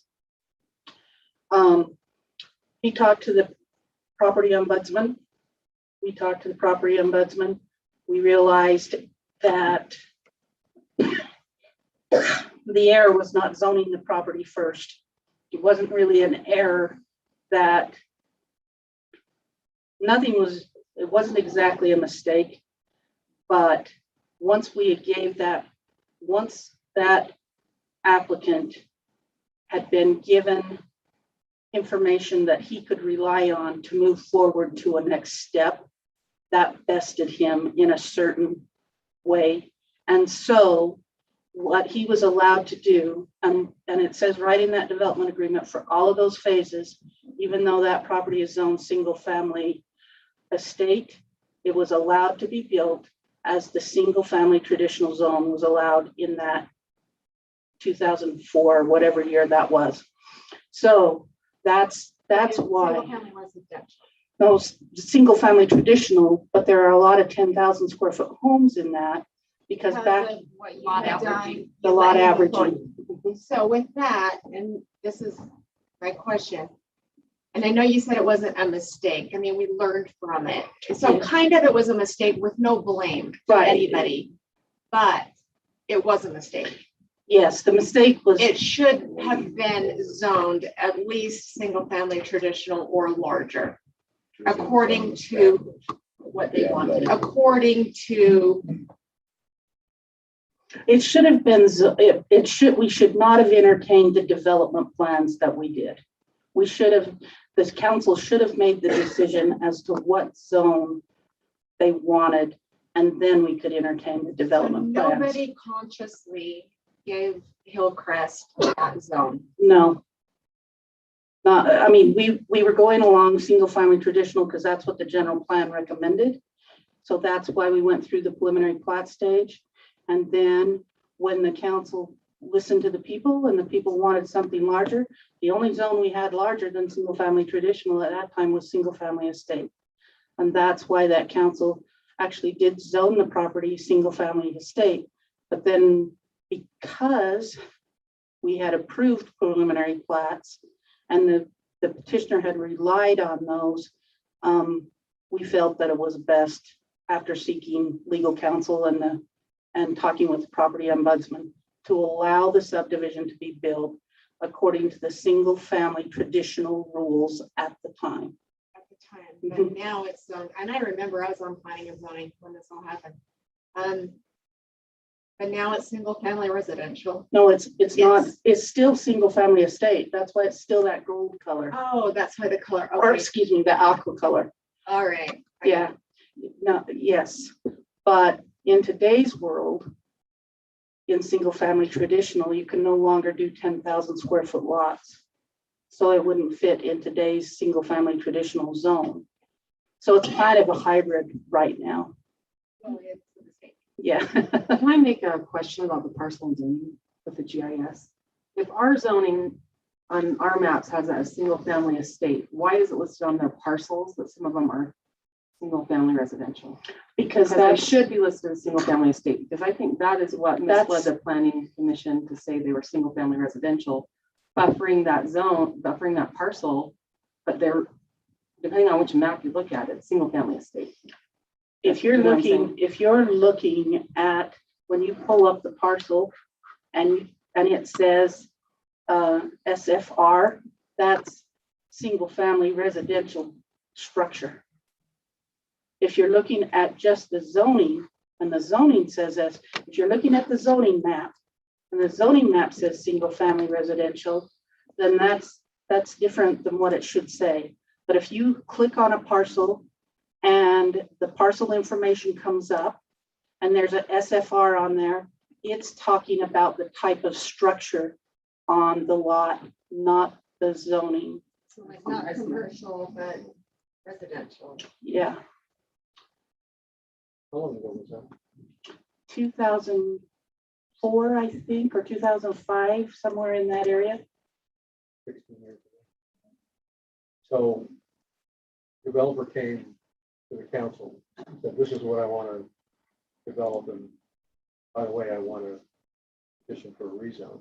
Council said, well, we want to see what you're going to do. We want to see what it looks like. And he went so far, and council said, well, show us more. The developer, I met the fellow one time, he said, I was in engineering costs into it by $75,000. And then the council changed its mind. So it ended up being a legal issue, and the ombudsman ruled in favor of the developer. Yeah. But So that's why, and we've had this before, is, gee, if you're going to rezone it to whatever the petitioner is asking for, show us what you're going to do. And I know that frustrates people because I understand why they want to see the development plans, but that's also why as staff, we're very, very leery about showing development plans, because we don't want anyone to get the misunderstanding that there's been any kind of vesting in that development plan prior to the zone change. So we just have to have a lot of faith in the zones is what it boils down to.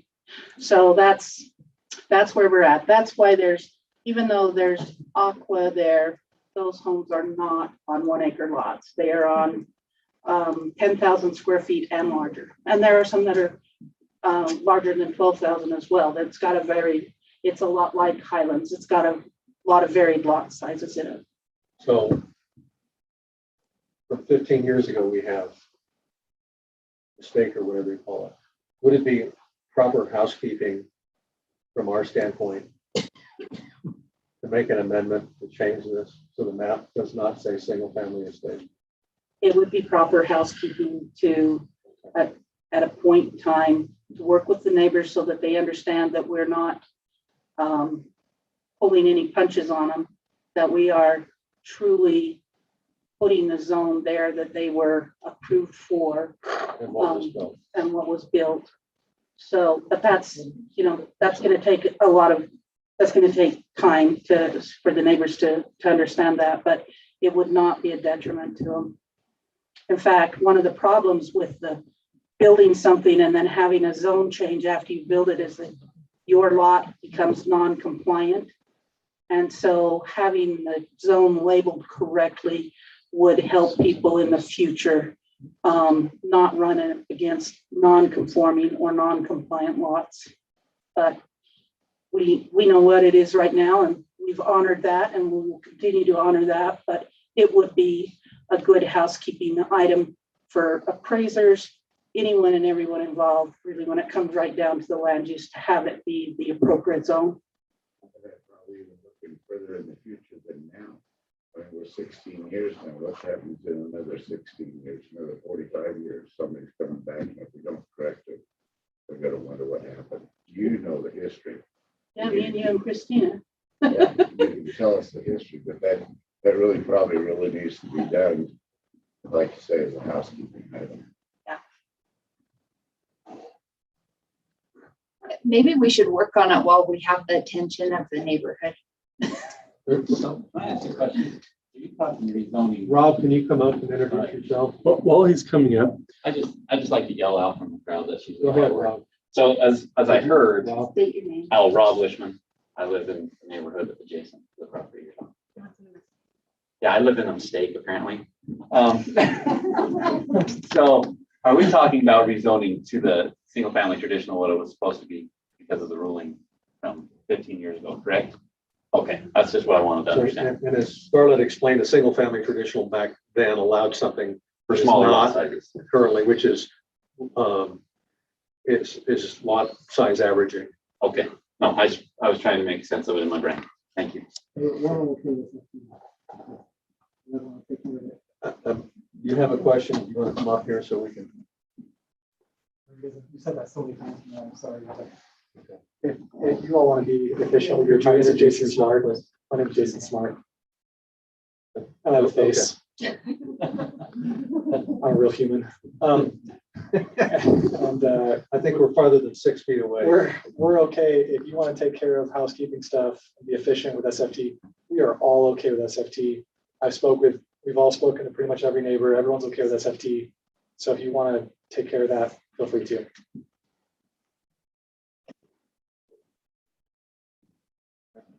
Does that go through planning and zone or planning commission? I was going to say, I appreciate that, but we have to follow our own steps. So I think it's wonderful that the neighbors are at a point that we can do that. So we can start the process on that, And you but it can does help have us to get go the through the word out of process. why it's important. Yeah. It doesn't affect the property. Except that it does in a positive way. In a positive way.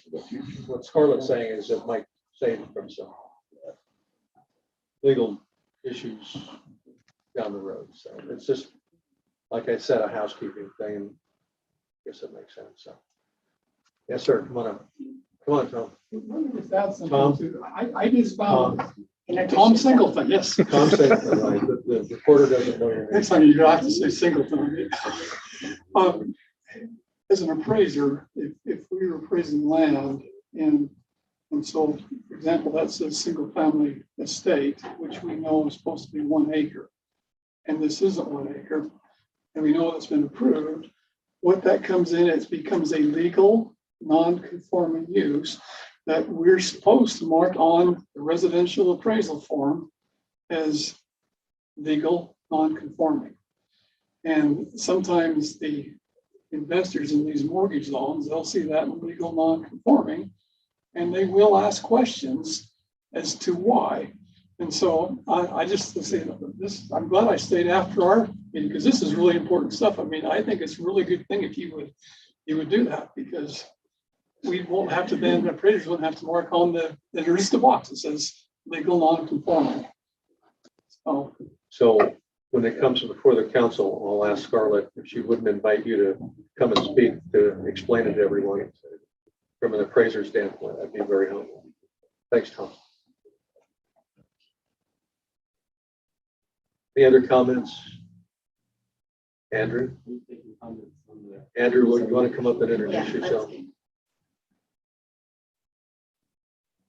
Thank you, Mayor. Andrew Lily White, Hilliard Anderson Olson.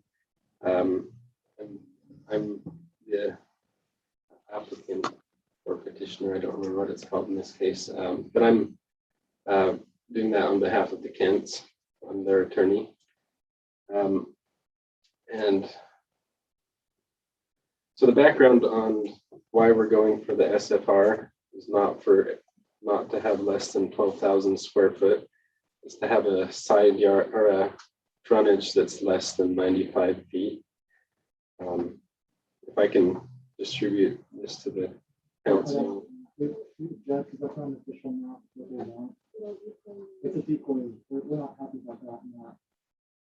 I think it's still good for the council. Okay, if you're not happy with the map, you're welcome to comment, but I'll let him show the map. And if you dispute the map, then you can say, I dispute the map, may I speak? And you're welcome to come up and speak. Is that okay? Okay. Can I go ahead and do that? Sure, go ahead. Yeah.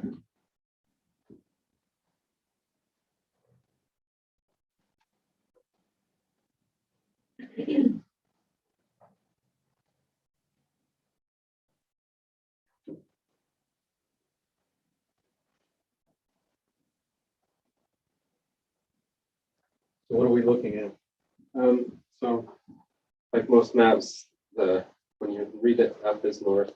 So the Kent's house and garage are those two rectangles that are kind of within the bigger lot there. The clients, So the existing house on lot 6, is that what we're looking at? yeah. So it's all currently agricultural. Minimum 5 acre, I believe. And this is 5 acres. And so we're requesting the SFR zone because of the side yard. So if you look at their house, the bottom right corner of their house, the bigger rectangle, off the side of that, they have a hot tub and a gazebo sort of thing. And then there's a big willow tree about where that lot line is. So they had a contract with the reputable developer, and they designed this. The contract fell through because the Kents really didn't want to part with their willow tree, and that second lot line there. So this conforms with SFT. So, but the reason we're going for the SFR is it drops the frontage from 95 feet to 80 feet. And if you see lot 5 and lot 4 there, they have well over a lot over the square footage requirement for SFT and SFR. But if you look at the top there, you can see the top of those lots. You can see what they've depicted as the frontage requirement or frontage that they were proposing to our client, which is just over 95, which is the limit on SFT. But unfortunately, the willow tree is pretty much smack dab in the middle of that property line, or pretty close to it. And for control of that tree purposes and for the enjoyment of their kids, and also I forgot to mention they do have a walkout basement on that east side. So as you look at it on the right side, and that walkout basement has a retaining wall, which they want to be further away from that too to avoid disturbing it.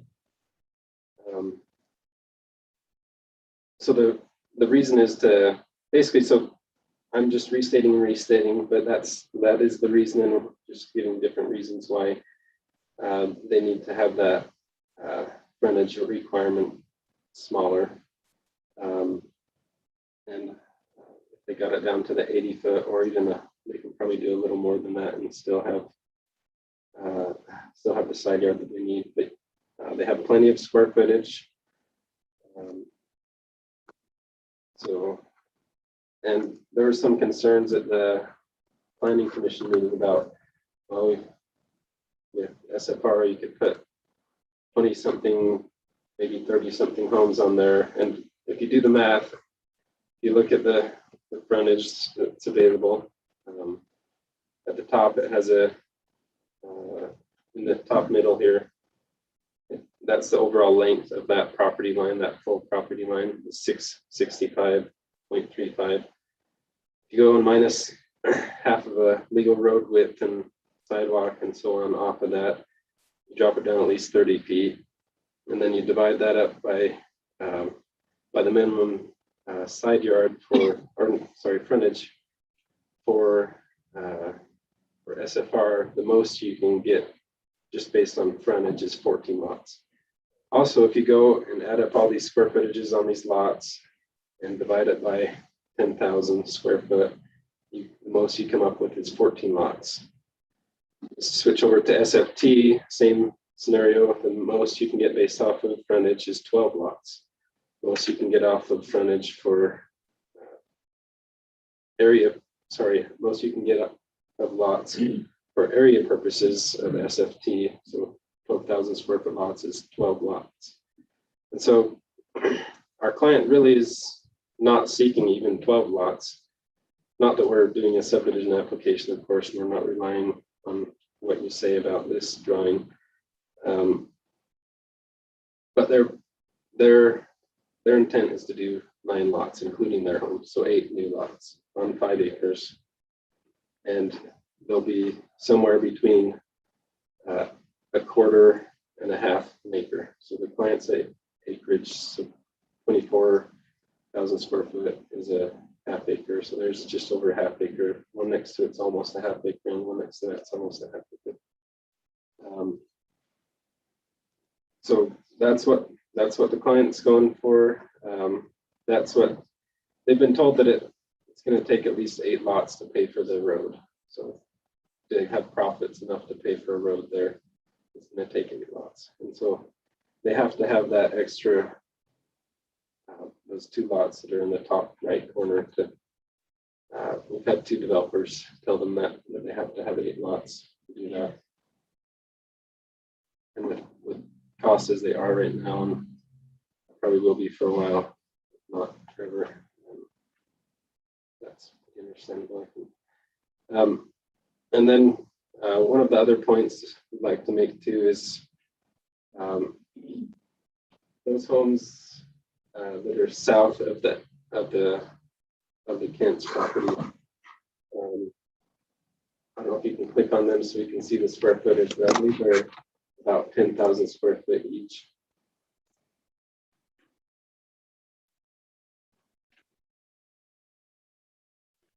You'd have to convert from percentage of acreage.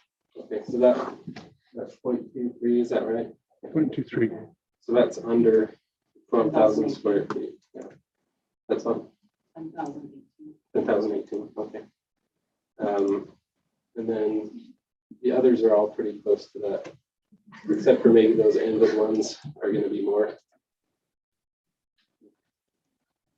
And it's not just those neighboring ones. If you scroll down, there's others for, I would say, a high number of the homes in that subdivision are that way. And anyway, that's what I have for now, but if I can have it, reserve a chance to respond to any other comments I haven't already pre-addressed. Council, you have some questions for her? Yeah, I have a quick question. As with the other rezone that he then also wanted to go single family residential instead of single family high. And I said single family traditional, which is what I think fits here. I understand your math and things, but are you interested in tonight considering single family traditional? Well, like I said, it's not profitable for them to, nobody will want to buy it. So you would rather be declined rather than get rezoned as single family traditional? I believe so. I believe that's what we're doing for. So I'm wondering, just in watching the planning commission meeting, I'm wondering, and it surprised me that Kathleen didn't ask you or the Kents to go back and work with the neighbors to bring them on board Is that something that you or Mr. Kent is willing to do, is to work with the neighbors or to entertain offers from them? I feel like that's the point of the planning commission, was to hear all sides. I had pre-phone calls prior to the planning commission meeting with a few of the neighbors. But like I've said, the costs, like it's not workable for the Kents. Some of the neighbors had made an offer on the property, but it was like quite a lowball offer for what compared to what they had with this developer. And it's not just a matter of it being a lowball, it's what the Kents need from the property for their purposes. So it's not that they're not willing to entertain other thoughts and ideas. This is what needs to happen for the Kents. And no one can force the Kents to respond, but did they give them a counter offer or respond to that? No, they didn't, because it was like, to the extent it was almost insulting, maybe not quite that much, but we also felt like after the other deal fell through, we had conditioned it on everybody on both sides agreeing to a boundary location for the Kents, for this that we've been talking about right here. The condition on the contract was that the Kents and the developers agree on where that would lie.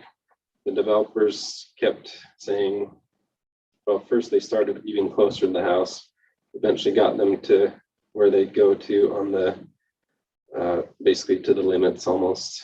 I don't know why they didn't go to 95 instead of 96 or something, but that was how they did it. But I don't understand how you can't make it profitable at single family traditional, because you're getting more lots. You can get another lot. And lots are selling for a lot of money. Yeah, maybe the acreage you could get more, but the frontage you can't. So if you look at these, I guess it just depends on how you arrange the road or something. yeah, well, it almost has to be pretty close to this because of where their house sits.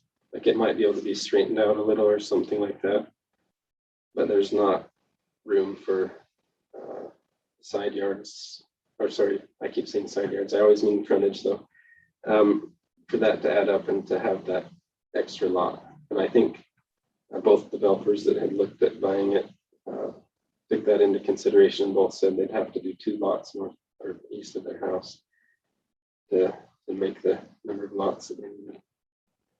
I think I hadn't quite finished your question. Remind me, or answering it. No, it just seems like this has created some unnecessary neighbor discord. And it surprised me that Kathleen didn't figure this out with the neighbors, because that's a typical kind of response for her. Yeah, but the market, like who knows when the market will tank, and the clients would like to move forward and to get an answer and not wait till the bubble bursts or something like that. And to do that would take another month until or something for the next meeting. And we felt like we had good support from the planning commission, voted 3-1. I think one was absent. So they voted 3-1, which I think the distinction with the other gentleman, Andy, that he was seeking single family high zoning, and which was a lot different than what the neighbors were. Ours, we're requesting single family residential, which matches well over half the neighbors. But it's a very similar scenario in that he came in today saying single family residential. And really the commission has an appetite for matching the single family traditional. Yeah, but if you look at what our plan is and basically what's possible here, there's not a whole lot difference between the two. I would be interested in knowing why the neighbors feel as if this map is unfair. If someone wants to speak to that. Feel free to call me. Thank you, Andrew. Is it Jason? Smart. The fellow with a mask. Is it Jason? Did you want to speak to that? Okay, okay. Come on. Brent Nazer. Thanks, Brent. I think, again, the concern that we have is we're not talking about a plan tonight. We're talking about zoning. So what we decide to zone it is what they can do within that. And the plan that they're showing tonight really doesn't matter. For me, again, concern is we've got a plan with over 12,000 lots for every single one of them. However, they can agree that large lots should fit with that area and such. But once we change that zoning, if it's not single family traditional, which guarantees those 12,000 lots, they can do with anything within that SFR or single family residential. And again, they've admitted that that plan in the planning and zoning is not an active plan. And it's not something that they're putting forward or have any intention to put to fruition. That's what was said in the planning and zoning. So I think that's why we have concern over that map. And I think, again, we shouldn't really be talking about maps tonight, because once that zoning's done, they can do anything they want within that zone.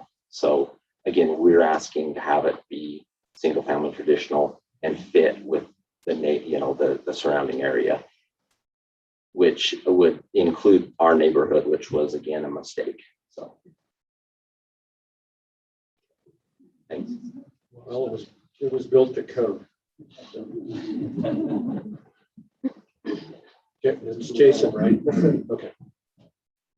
Jason with the face. Just on the face. By the way, I just want to start out thanking everybody who's here tonight. I know that it's the night before school starts, and if you're like us, we have a lot of kids at home that are anxious to get to bed and mom Super and dad. anxious. Yeah, they're so excited to go to school. Our son said he's not going tomorrow. That's another story. But I do appreciate everyone who cares about the community, who cares about listening to the neighbors, and I just want to thank everybody who's here spending time. But we purchased a lot just right adjacent to the Kents, and we're very interested in the long-term plan with the community and with the neighborhood. We also live in the Mistake neighborhood that at the time was SFT for what that was entailed, and there's no duplexes or condos or twin homes, no twin homes in that neighborhood. I want to point that out. I also just want to acknowledge that, the Kent's desire to rezone their property, we're okay with SFT. We respect it's their right to develop it into what's in accordance with the fit for the neighborhood and the area. And so it's their right. And we also acknowledge that the master plan is a guideline, right? It's not set in stone. We've addressed that several times. And so we want to make sure there's a really good reason to deviate aside from just getting the most bang for your buck when you're trying to sell.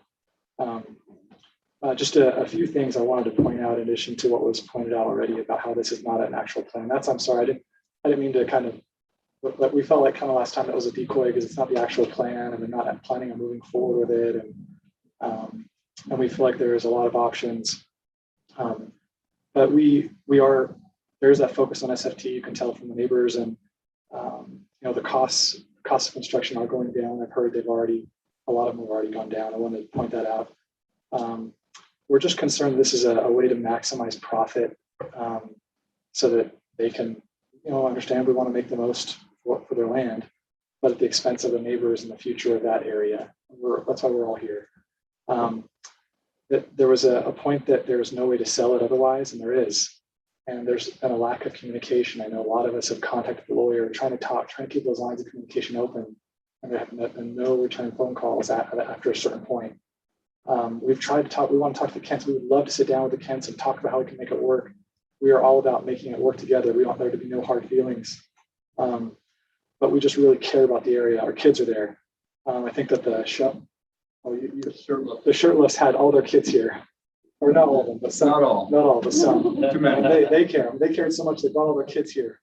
But the lawyer also misspoke and said that the neighbors can't afford it at the last meeting at the planning commission, and it's not true. And I think that someone else can speak as I'm not involved in the offer, but someone I've been told that they're ready to offer what's very fair. And I think even close to or matching what has been offered before. But again, there's been a lack of communication. The planning commission was told by the lawyer that the Kent's home doesn't allow the appropriate lot sizes, but you know, the neighbors and friends have been told by friends of the Kents and also by the neighbors from what they've heard that their intent may be just to move to Montana. And so that could be a reason why they want to get SFR, make the most for the money, and then kind of maybe leave potentially. And that's our concern. Is we're just concerned that as soon as you make it SFR, they can do whatever they want to within those parameters. So we just care a lot about the area and about the willow tree. A lot of the people comment about the willow tree. There's been, you know, I spoke personally with Mr. Kent because we actually share that there's going to be a road that's supposed to, according to the master plan, go through that area. And when I spoke to Mr. Kent about that it's a huge tree right there in the corner, the northwest corner of the lot. It's a big tree, beautiful, gorgeous.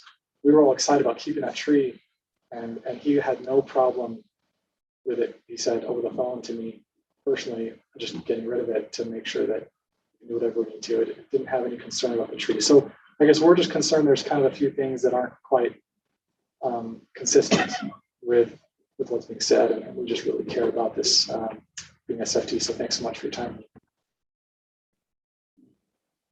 Thank you, Jason. Anyone else just like to comment? Raise your hand. We do have a letter. Can you read it into the microphone? Yeah. I think we had a comment from the hearing from the planning commission that you missed. We have a letter from Shelley Nazer. Do you want to come up and read it, or? I think it's all the council as well, so I think they've heard. Okay, all right. Oh, I guess maybe, Mayor, we should have Shelley come up and say that that was her, so it doesn't sound like we just ignored. I did see it. I did read it. Can't speak for the other council members. Andrea?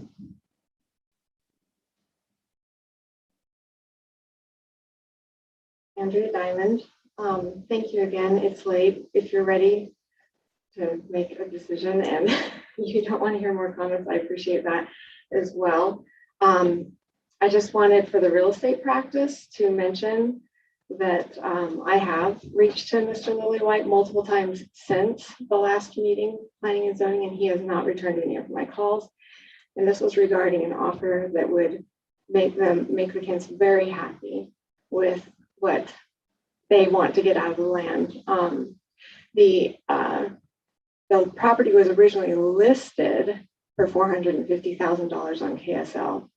And I know that's a reference point people have used for making an offer. So you asked, why are the neighbors upset? I want to be sure that that is, or you know, opposing this, I should say.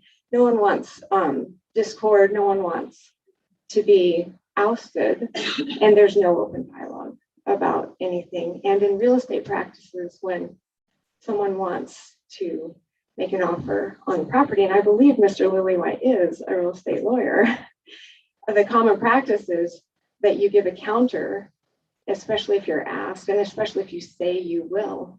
And anyway, we have had no conversation over an offer at all. And it's just really sad because the neighbors have a vested interest in extending their lots. There's Loyal Green is not here tonight, but he wanted to extend his lot to the north so that he had a little bit of control over his view. He's willing to pay a happy price for that. I know Ernie Diaz is not here tonight, but he is interested in extending his yard because he has a home business that he wants to entertain that business with more area behind his house. And the neighbors to the east have also wanted to extend their lots. And in talking with Scarlett, she said that's a really easy thing to do, to go ahead and just realign those boundaries when you purchase that land. So this isn't a small issue. We're talking about a retirement home, family dream homes, etc. And the dialogue has been shut down. So anyway, if that adds to the meaning, we certainly want to, if the Kents are leaving or staying, we really want a spirit of community. And I feel that I'm not alone when I say this, that the codes and ordinances are to improve the quality of life. And quality of life is nothing if you're in a beautiful home and you have hard feelings around you. And so if that can appeal to anyone's sense of community and help us with this issue, we'd be grateful. If I could make a recommendation on the council, one thing they might consider doing is we could continue the discussion on this item.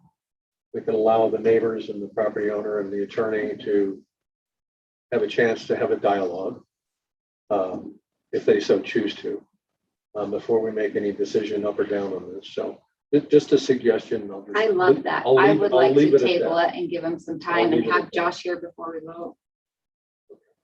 And one of our council members is not here. Andrew, you had your hand up. If I could respond. And then If you could come up to the microphone, you're welcome to respond. Thank you.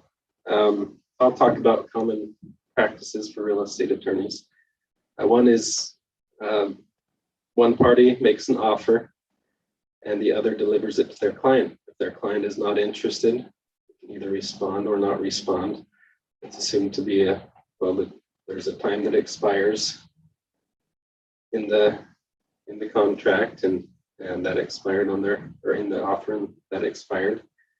The client, there are some neighbors they trust more than others. Most of the neighbors that had approached them were either realtors or were represented by family members who were realtors, and kind of an obvious to me play on most realtors. They're also looking to make money and how is our client to trust them more than themselves? For one thing, it's also our client's property, and they do plan to be there for some time and to at least see that the development is something that they like. And there's also questions about lack of contact and multiple phone calls after the meeting. I have had one contact after the meeting. I can play the message for you if you like. It's from Andrea. Says basically, are you going to make yourself available tomorrow or the next day for me? That was it. And I'm a busy person. I can't just drop everything. And when it's a very unilateral thing like that, I just can't necessarily meet the demands. And my client has been reluctant to deal with them anyway, because of some trust issues there. And our client would really just like a decision. We've heard everything in here that we need to hear. And particularly in the planning commission meeting. And our clients would like to move forward, and they're in a lot better position to accept offers from these guys and other people if it's rezoned. If it's 5 acre, they can't sell it. That was one logistical problem with this last group, is they were to be, the contract said we had to decide on the property line, and they hadn't done anything as far as moving it forward to rezone or subdivision. And we come to the contract deadline that we're supposed to transfer title to the property. How do we do that when it's 1 acre, or when it's zoned 5 acre lot and it's a 5 acre lot? How do they keep their house? So we have to get it. If I understand correctly, there's a purchase contract. There was. It's gone now. Okay. But it was contingent upon the rezone. Well, it was contingent on the property line, but essentially And for the them, property line. they were responsible in the contract to get the rezone and to get the subdivision approval. So you have an expired so you don't have a developer right now? Not right now. So we the have contract expired? Yeah, but the realtor that we were dealing with has other people that they think would be interested as well. And these guys could meet matching rates and see where it ends up. But to let them unfairly limit their potential, so that they can get a deal is not fair. They can pay market rate. And this will make it available at market rate. And just for the record, this isn't one way or the other. I don't know anybody who doesn't want to get as much as they can for the property they're selling, whether it's raw acreage or the house they live in right now. Yeah, it's true. And I don't know anybody, I don't think anybody in this room would settle for something less than the most their realtor could get for them. So. Well, and I have a comment, if you don't mind. Sometimes I interrupt, I'm sorry. My brain goes 100 miles an hour. To start my comment, I believe this should be rezoned single family traditional. The next part of my comment is, it is not our job as a city council to get neighbors to get along. Okay? That's not on us. Our job is to look at the zoning maps and to look at the surrounding areas and to rezone. And it's not the seller's job. You know what? They don't have to sell to their neighbors. And if they have a rift with their neighbors because of selling, that's not us. Our job, we are getting in the weeds here when it comes to asking them to go back and make friends with their neighbors. They don't want to sell to their neighbors, clearly, and that's okay. They don't have to. But we have to do our jobs as elected officials and not pass the buck. It's already been through planning and zoning. It's our turn now. We need to vote on a rezone and not, and I think it should be single family traditional. That fits with the rest of the neighborhood, mainly because, like one gentleman said, if we zone it single family residential, we likely wouldn't end up with this map, and that's a concern. So maybe at one point, yeah, so that's where I'm at. But I don't think asking the neighbors to go back and get along is. Well, and it sounds clear from what you've just said that you're not interested in that. Well, it's always my client's final decision, but that's what I've gotten so far. I would have to concur with that. We as a council, we can't do things to maximize profits or minimize profits. We don't really look at stuff like that. What we do is stay within the guidelines that we have for the city. We have a overall plan that recommends this to be single family traditional.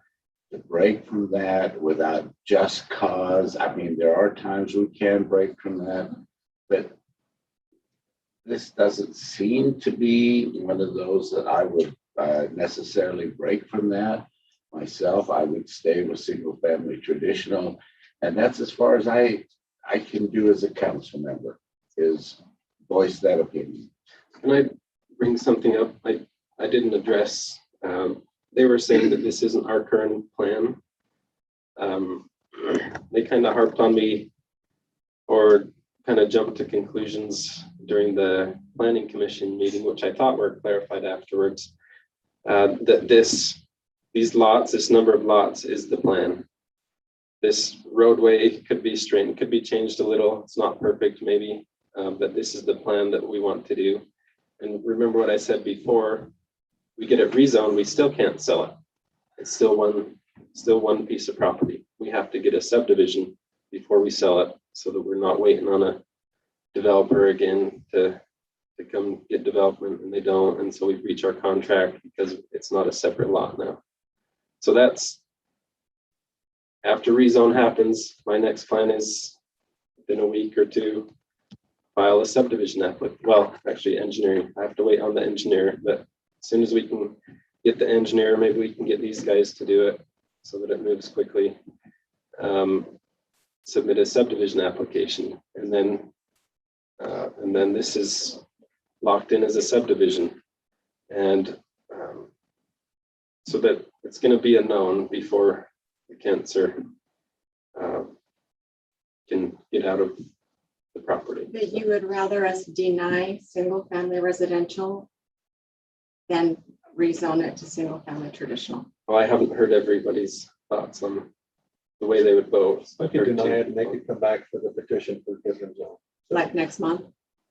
Yeah, so that would slow it down, of course. No, what I'm saying is, That's what I'm asking you. Would you prefer us deny your rezone to single family residential? I'm asking just for my vote. And at the same time, change the ordinance to single family traditional so that you don't have to wait a month to come back for single family traditional. If you're denying it, Ask your client. yeah. Well, just logically, that seems like the better thing to do if you all are going to vote against it. But what I would do would accomplish the same purpose, except I don't think. So my next step would be, well, I'll take the same plan that we're still going to stick to. We'll have to, yeah, it really impedes this happening, even with that. Like, yeah, I could go. I don't think you're answering your question. Well, I haven't had a chance to yet, so Go. if I can finish, okay. So we get her to, if you do the rezone, the SFT, that means still we don't have enough lots. So I would do a conditional use permit. Well, first we'd have to subdivide, and then I do a conditional use permit to get the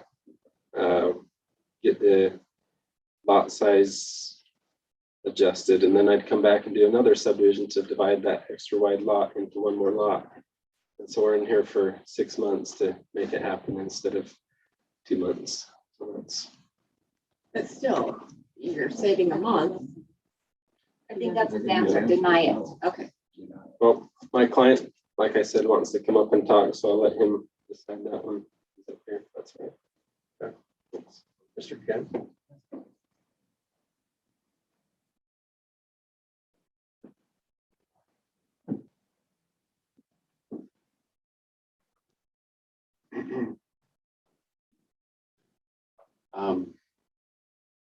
Can you introduce yourself, please? Oh, yeah. For the record. Randall Kent. I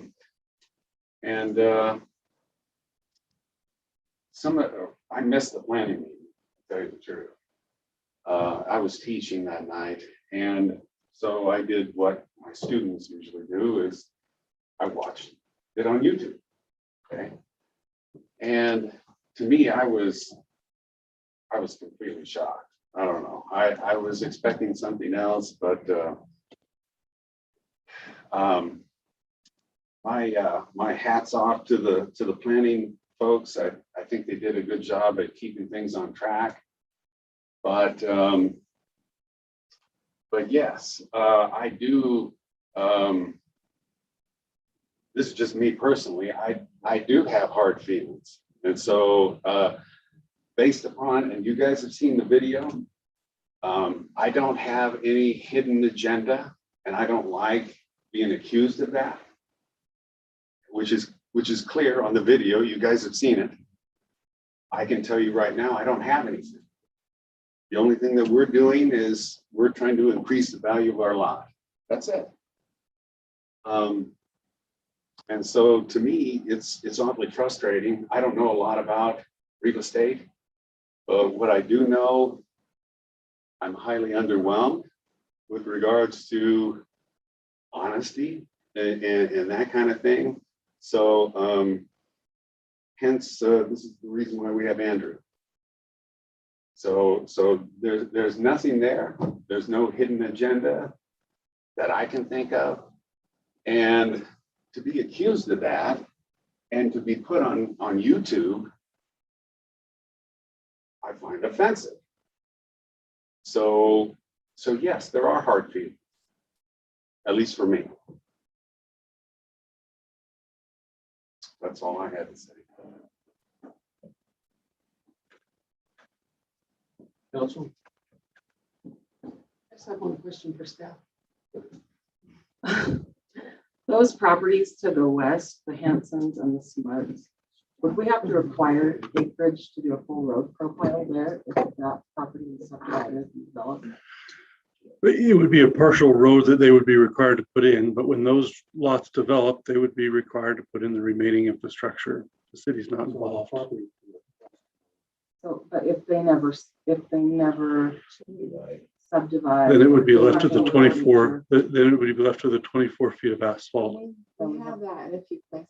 Yeah, we do. So Ryan, Jason, is that parcel to the west, your parcel? That's, I think you said 2.7 acres One of them is, yeah. at the planning commission. So you're gonna build and you're not gonna subdivide, right? You're just gonna put a big house on the 2.7 acres. Was that your plan? So my question to the staff is, if it's not gonna be subdivided, Scarlett, So Scarlett's making point, when they will he build, be required when he builds to Yes. finish the road? correct. Yes? Yes, at least a certain percentage of the frontage, yes. So the partial road is 24 feet of asphalt, our standard road width is 30 feet of asphalt, so it's wide enough for 2 cars to go by. So if it's partial, the other side does not have, it has a shoulder, but doesn't have the curb and gutter and sidewalk. That's what makes up a partial road, but it's an adequate road for 2 cars to pass. So when you build, you have to complete the road. So that was a question about, would property need to be acquired? The answer was no. The property owner would build on their lot line a partial road. And what's been told to me by Scarlett is that we'd be required to donate our land for the road and then also be required to build the road with our own Just like money. just like they would, right? It'd be nice to have that connect though through the health. Yeah. Health. Master plan. No, it wouldn't. We can talk about the road another time. I don't maybe. think it would be a lot of traffic. That's Anyway, what code- this that's what gentleman city had a code says. comment. Mayor, Sorry? that gentleman had a comment. Yes, sir. Yeah, my name is Craig Swanabelt. I live on Fourth East. I'd just like to make a comment and thank you guys for explaining to the gentleman that it's not your job or what your job is. It's not your job to worry about his profitability or non-profitability. I think he's done a very good job on his plan. And it's very evident that he needs to go elsewhere to find another lot to meet his plan, or he can modify his plan to meet the requirements of the city. One person told me once that you can't fit a square peg in a round hole. And I think that's what he's trying to do. Thank you.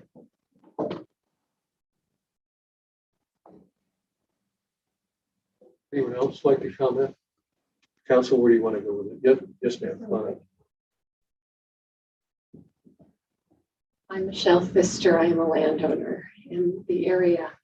And I just want to thank you because I appreciate you focusing on the real question, which is it fair to zone an area lower than the surrounding area? That's the way I'm interpreting it, right? You have your own way of thinking about it. And I appreciate your response that the current zoning that's in the area should be guide for the rest of the area. So thank you very much.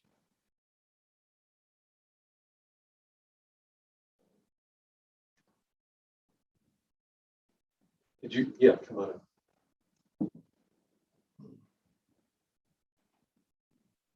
Brent Mazer again, sorry.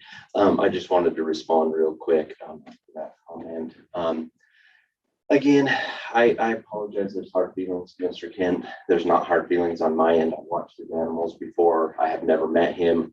However, I mean, there's nothing that we want is hard feelings. You know, that's the last thing we'd ever want.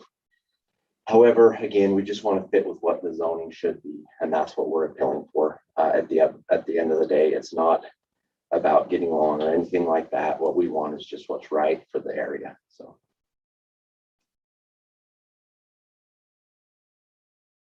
Any other questions? Any more hands? Council, where we at? I need a motion for the move forward. One way or the other. Yay or nay?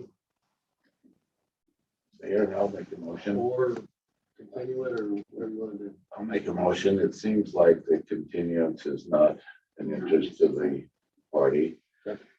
And myself, I appreciate all the work the planning and zoning always does. They put a lot into it, public hearings.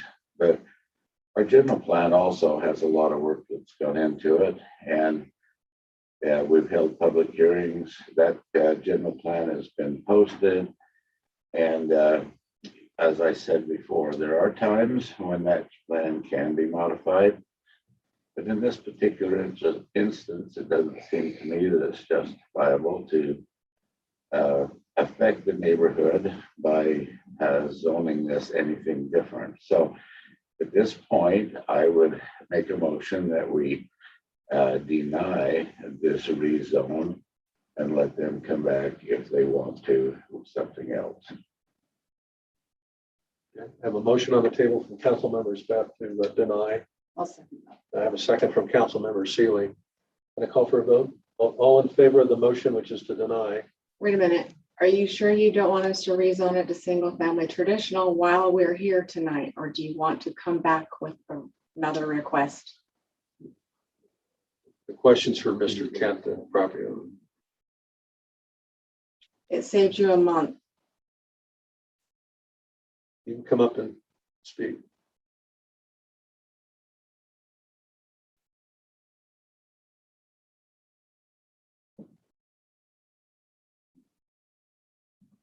My client would like to go ahead and have you consider SFT instead of the SFI. So Brent, do you want to Okay, redo so your? we went through this before tonight. It's a two-step process. And the first step is to amend the ordinance language. You have a motion on the table. You would either withdraw the motion. Okay. All right, you're right. We have a motion and a second, that's right. So now this is a three-step process. So there you go. Thanks for the clarification. We don't need an attorney. We have our city manager to keep us up. All right, so we paused. We have a motion and a second. So the suggestion or the suggestion is to consider withdrawing the motion in the second, so we can consider amending the ordinance at the request of the property owner, amending the ordinance language. In light of the property owner's desire that has just recently changed, I would withdraw my motion to the Councilmember Staff withdraws the motion, so we are back to square one, and they have. I'll All make right. a motion then that we change the ordinance language from rezoning it from single family residential to single family traditional. Okay, I have a motion to amend the ordinance language. Do I have a second? I'll second. Second from Councilmember Seeley. Okay. So we're just amending the language of the ordinance. Okay, last time I got stepped on. Any comments from the audience before I move forward? We're just amending the ordinance. The second step will be to actually approve the amended language. So we good to move on, or do I have more questions? Somebody nod their head. All right, so we have amended language. Okay. All in favor? Aye. Aye. Aye. Okay, unanimous. So that's step one. Now So we've we'll make amended the a motion. language. I have need a motion to vote on the ordinance with the amended language to change the petition from single family residential to single family traditional. So I will make a motion that we vote on the amended language, From changing it from from agricultural. agricultural to single family traditional. All right. So it's just that part of the ordinance language that's changing. It's just part of the sentence only. I'll second it. Okay, I have a motion. I have a second from Councilmember Staff. Can I call for a vote? All in favor? Aye. Aye. Aye. Aye. Unanimous. Okay. We have approved an ordinance with a rezone from agricultural to single family traditional. Okay, so that's, I hope I'm saying this right, 12,000 square foot lots or larger and a 95-foot frontage. Okay. Now I expect you all to stick around for the full. All right, rest now of the meeting. go It's gonna be fun. All the neighbors get together, invite the other neighbors. Andrew? Then come up to the microphone. Okay, just wanted to know what your process is for applying for conditional use to do this boundary line to depart from. You can come to the staff and you can visit with us. Okay. And that will be back to the staff to help you through an application of whatever. But we can do that, but that's back to the staff. So now you've tossed back to there. Okay, all right, thank you. Any post-vote comments? All right, good, all right. Was that a hand raise or just a thumbs up? Thumbs up. 2 thumbs up. Two thumbs. All right, we're gonna go ahead and move on. So now that we've covered all the most interesting business, Oh, it's getting really interesting now, you guys. yeah, stick around. Item number 6, culinary water master plan. Okay, this is really important. Work release, Providence City Council will review and may take action on granting Sunrise Engineering a work release for a water study. So this is the contract, Ryan. and we come to the council for contracts to approve. We came and had a little confusion on the selection process, but the selection we made, and this is the approval of the contract with Sunrise Engineering to proceed to do the water master plan.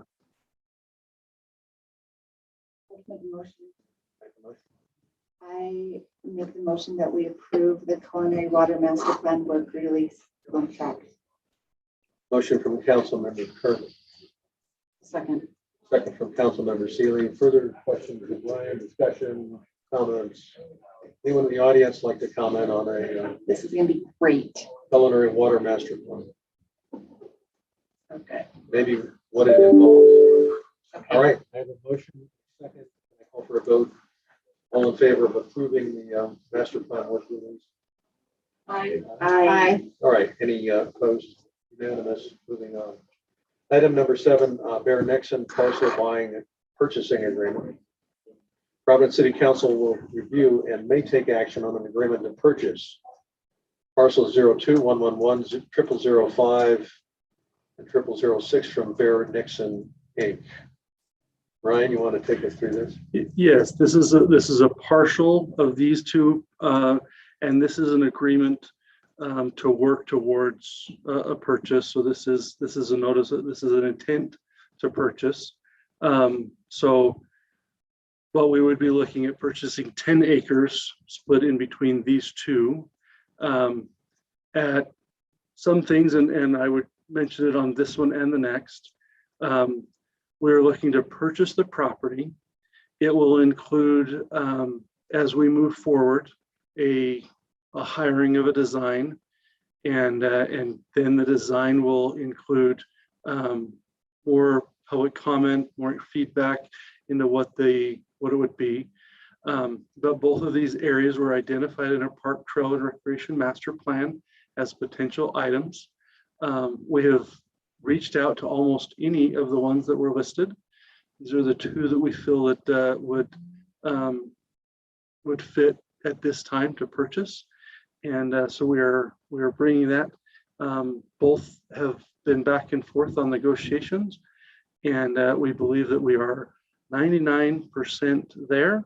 But if you do approve, I would ask that approval be conditioned with additional authority to finish the negotiation, because there is some dates and times that need to be filled in. So, but that is the same for both of these. They're different areas, different amounts, but overall, that is the issue with these next two parcels, is purchasing property for park space. So anyway, the second one, the item number 8, has more of a detail in the Park Trail and Recreation Master Plan of what it is. But again, either one of them would probably be taken to a design consultant, and we would gain input in addition to our Park Trail and Recreation Master Plan. So there's a process, and these would not be built this year. We would purchase, but even then we're not in an immediate purchase. We still have lots to accomplish. Both of them are not on developed roads as far as our road profiles would go. So both of them need roads. Both of them there's a lot of work to go into both of them, but they are located in our areas of need and desire. that we've identified. So So for those still in the audience, including those YouTubers who are viewing, this is park space. We have two items here to consider. The first one is above Sherwood Drive, east side of the city, off Eagle View. The second one is item number 8, involves purchasing additional land to expand Zollinger Park on the south side. We're just considering one of these at a time. We've heard Ryan's intro. We've discussed this before. I kind of expected to hear a cheer. Sorry? I kind of expected to hear a cheer. Maybe Maybe some fireworks go off. Big smiles. Well, there is a cheer. It might be a YouTube cheer. Yeah, maybe some fireworks go off. So, I'm pretty excited about does that this, mean you're ready to Brian. make a Good. Oh, motion? Ready to make I a am motion? really excited about acquiring some park space. I would just make a note that that these would be paid out of park impact fees. We've got the So- money even. So We anyway, have the money to expand our park acreage with impact fee dollars. So I'll make a motion that we approve item number 7, the Bear Nixon parcel buying agreement. And you wanted part of it to be that you can fill in the dates and fill in the additional details The to additional finish details. finish it. Yes. giving Ryan that authority. Motion from Councilmember Kerr. Do I have a second? I'll second it. Second from Councilmember Seeley. Further discussion? Anybody in the audience want to? At least a thumbs up. I mean, gosh. All right. I have a question. Sorry. Sorry, we got They're excited. people talking at the same time. I have a question. Yes, sir. Parcel 0005, is that under the power line? There's part of it under the power line. Yes. Is he charging the same rate for that as the rest of the parcel? So we've talked about the entire amount. There's a small amount under that. Under initial design, we would have a parking lot underneath there. But at this point, it is acreage as an averaged. There is some acreage that I'm sure that is worth more and some that is worth less. But because of the 10 acres, we've taken an average. So so no, it would not be the same amount, but in the combining them all together, we've come to a combined total of the value. Does that help? In reality, under the power line is non-buildable because of the circumference of the right-of-way that the power company has around those power lines. None for a structure, as long as the structure is farther than a certain distance from the lines. But we would only be looking at potential for parking. That's all that we've ever thought about for that side.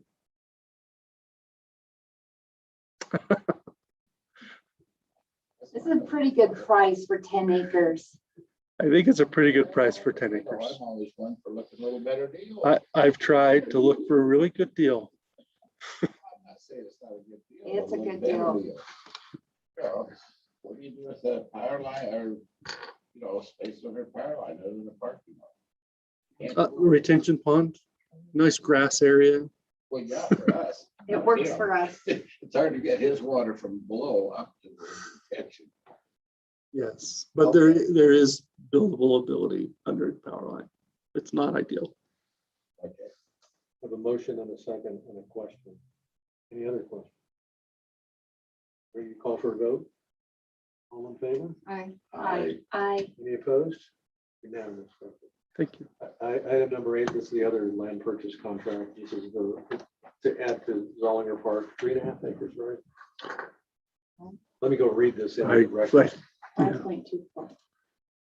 Item number 8, parcel 02096003 land purchase contract.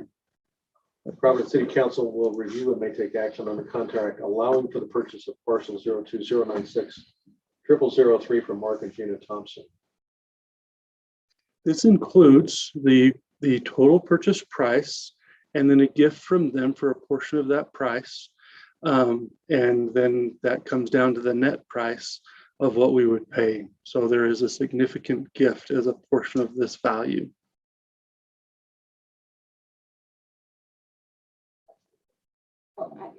That's great. Tax deduction or not, but we appreciate the gift if we move forward. So it wasn't as big, maybe we didn't word the other one right.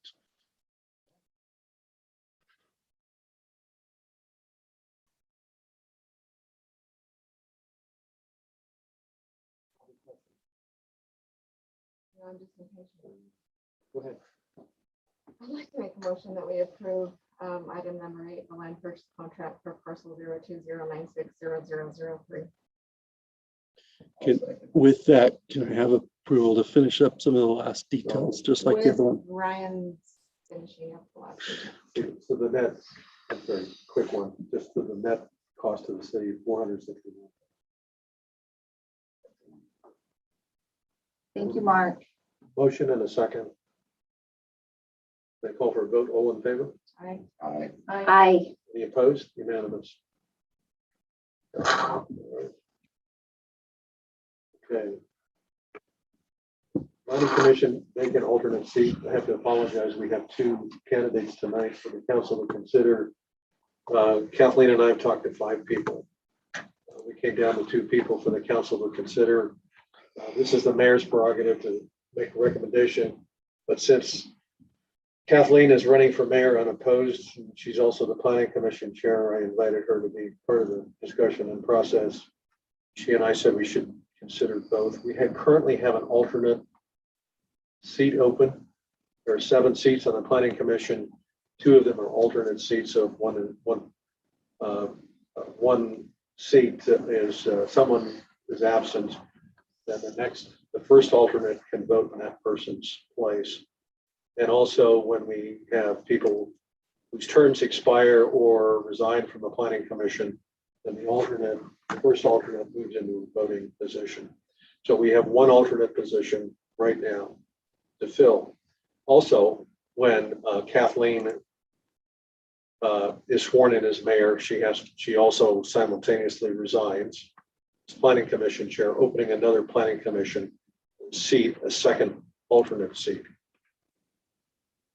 And at some point in time, we may also have another seat that becomes available. I think Rowan's seat expires sometime first half of next year. So that's where we're at. We have 2 very well qualified people. Either of them would do an excellent job. Andrea Diamond is here tonight, so is Tyler Riggs. I have to apologize. I meant to send resumes out to everyone. I was wondering about that.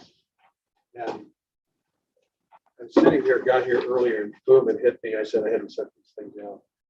I'll hand out Andrea's. Andrea was on the planning commission. She served for 8 months. She can speak for herself, more of her background. She did an exceptional job. She was very thorough in her research. I highly recommend her. Also, we have Tyler Riggs here tonight, who we met with. Tyler put together a package that's really impressive. He has a great background. I like 2 things. First of all, I like someone that shows a specific interest in not just one specific hot button item, but the city as a whole and the welfare of the city as a whole. The second thing I like is some diversity, geographical diversity. So we have people representing different parts of the city. Tyler fits that. He lives on the north end of the city, and he lives in one of the new visionary homes, not a townhome or a condominium, on the north end of town. Andrea lives in the close to some of you folks. And I know some of you know her. So that's who we have, and I'll ask each of them to introduce themselves. Andrea, if you want to come forward.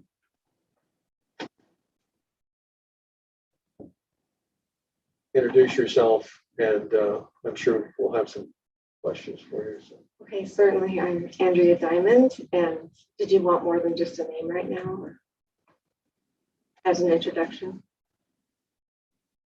You can do whatever you like. whatever. Tell us about yourself. Tell us Yes, about yourself. certainly. Thank you. Tell us why you want to be on the planning commission. Absolutely. If you still do. I am still here. Thank you. I'm Andrea Diamond. I've been in Providence for 5 years. And I'm married to Benjamin Diamond, and we have 5 children. We're empty nesters now. My boys had a wonderful time at Ridgeline High School as a senior and a freshman going through the whole school. It was a pleasure to serve on the Planning and Zoning Commission for 8 months when I first moved here, and get an inside view of how wonderful Providence is and the direction the city was going. I believe because of my varied background and my education that took me into rhetorical situations, the deep study of rhetoric and critical thinking, the appeal of planning and zoning is still with me. I love the law of the land. I was born with red, white, and blue blood pumping through me. And it's a privilege to be able to understand varying aspects of community and the needs of different people and businesses. I've also worked as an entrepreneur for 27, 8 years now in a few different industries, and love the pain points and needs of the business owners that are trying to make it work and serve their community. I also worked at the Huntsman School of Business as an intern during my degree, getting an English master's degree recently, and was able to work with some of the best who just really want to use their gifts, talents, and abilities to bring good to the communities and people in them. So I love the influence I've had there. Anyway, little look at me. I've lived in Colorado. I was in the Philippines as a child from 2 to 4, and I have some pretty incredible memories from that. I made it on my own in California and married and came up to the Utah area. I've lived in Provo, I've lived in Clearfield, and I've lived up here. So that's my history with Utah also is deeper than just 5 years. So anyway, any questions I can answer for anyone? You're going to stay longer than 8 months this time? If you get Oh yeah, if you're what chosen. happened with that? That was a really difficult year for me. It was, I had to make some choices so that I could center. And I mean, it was very personally difficult on many levels. And I had to make that hard choice because I'm a gatherer, I'm a server, and I love bridging gaps with people. And so moving myself out of that space was hard, but I needed to go take care of some things on the back end. And as the mayor said to me, I knew you'd be back. I was like, I think I felt that too. I just didn't know that I'd be back to serve on planning and zoning again. And I find that a great privilege to have another shot at it when I had to make that hard decision. So.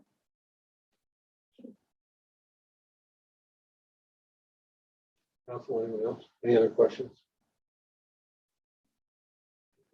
Hearing none. Thank you, Andrew. Thank you. By the way, in the interim, Andrea went back to school and got a master's degree in English. Just for fun.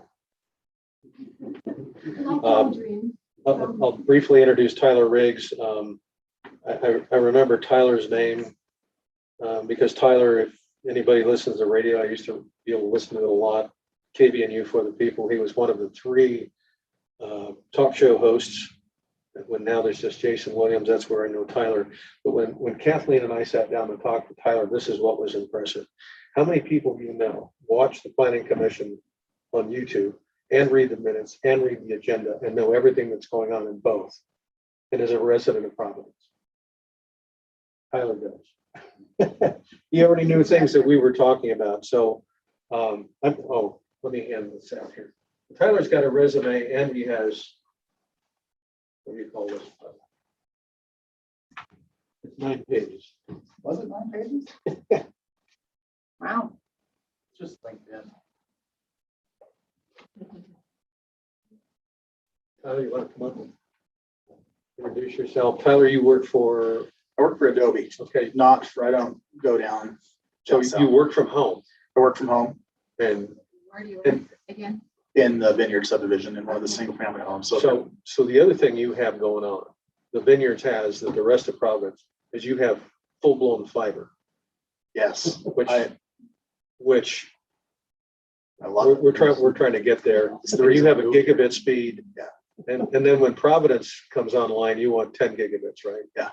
I'll take whatever I can get. All right. Well, But I think that it's going to be the biggest thing, and everyone's going to want to live in Providence when that all lights up. So, I was thinking, who wouldn't want to be on planning commission after everything that went down here today? And last week in the last meeting, and Are you kidding me?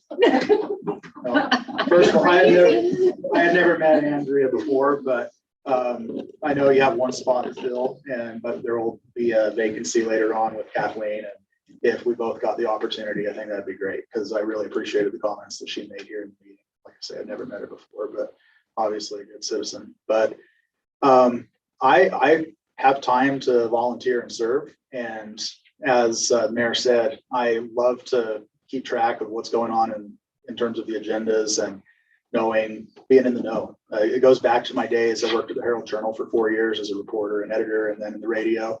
And you just kind of always were at the nexus of knowing what's going on in town. And when you're not in the media anymore, you lose that. So that's why I like looking at what's going on in the city governments and everything. So I can kind of keep tabs on things. And as I have time, my work responsibilities are not terribly demanding. Like right now, I'm probably working 10, 20 hours a week. It's still a full-time job, but I'm just efficient, I guess.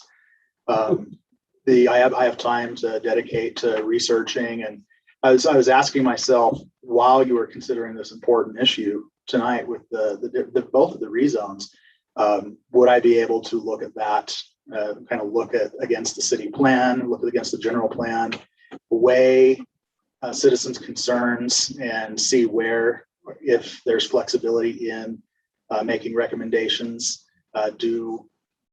are the citizens' concerns enough to weigh changing my recommendation? And I really felt that I could, go into all of that with clear eyes and an unbiased view, and be able to be a responsible advocate in the recommendation that I'm making ultimately to the council. I think that's a weighty responsibility, and one that I'd be honored to be able to take on. So, and just getting the opportunity to research all those issues a lot more sounds fun. So that's why I would like to have the opportunity to serve on the planning commission, starting out as an alternate. And I don't have any ties to developers or builders or anything like that. My background from an education perspective is journalism and business at Utah State, and then I have an MBA from the University of Utah. And so I'm also pursuing a master's of data analytics right now, because I told you I'm working like 10 to 20 hours a week. I'm in sales, and I don't mean to offend anyone else who's in sales, but Adobe sells itself. Well, I sell like I have 5 customers: Nike, Best Buy, Target, Gap, and Costco. No, I cannot have connections to bring anyone in from a real estate perspective. And Costco is off the table now, but it's account executives don't work that hard from a time perspective, especially if you're being efficient. Sometimes some people do, but Sweet job. I'm really lucky to have a good job and be able to have some extra time to take care of hobbies or volunteering, which is what I'd like to get into right now. I'd appreciate you not spread that around with the city staff. Yeah. We work a lot harder and more hours than that. So, I appreciate that you not spread that around. And I might have missed this. You live in the townhouse or the house? I have a house. So if you're pulling into the neighborhood, I'm the first one that you would see. Does yours have rock? No. Or is it all stucco? No, the way you'll know mine coming up once spooky season hits here is I got those Christmas lights that change colors, and I'm gonna have some Halloween lights. That's how you'll know it's mine. Oh, you just got He decks out, Travis decks his house The out. reason I ask that is because I think it would be wise to have someone from that area of town on our planning and zoning that lives in the life cycle zone, that understands it, that chose to live there. I think that would be smart for us. And there is a lot of, one thing I would like to be able to do is be a conduit of communicating a little bit more of what's going on. Because there's a lot of questions of what's going on with the the development. Obviously, there's going to be some action on the ballot later on this year. Just being able to serve as a nexus of information in that neighborhood and communicate people what's coming up on the agenda, what do you need to be paying attention to. I sense just in conversations that I have with the neighbors, there's a little bit of void of information that filters down to them. I don't know whether that they're not consuming the newsletter or what different channels are available that they're not getting information from. But in those sidewalk conversations, to be able to share information. Yeah, that's where I think it would be, good. I was curious what your experience in the LCR has been, if it's been positive or if you have feedback on things that maybe should be tweaked or adjusted in the code. Well, and he might be very good at, if we need to make adjustments to the code.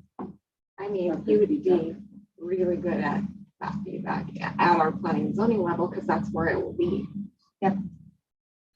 Yeah, definitely have thoughts, nothing negative. There's maybe little tweaks in terms of just by way of an example.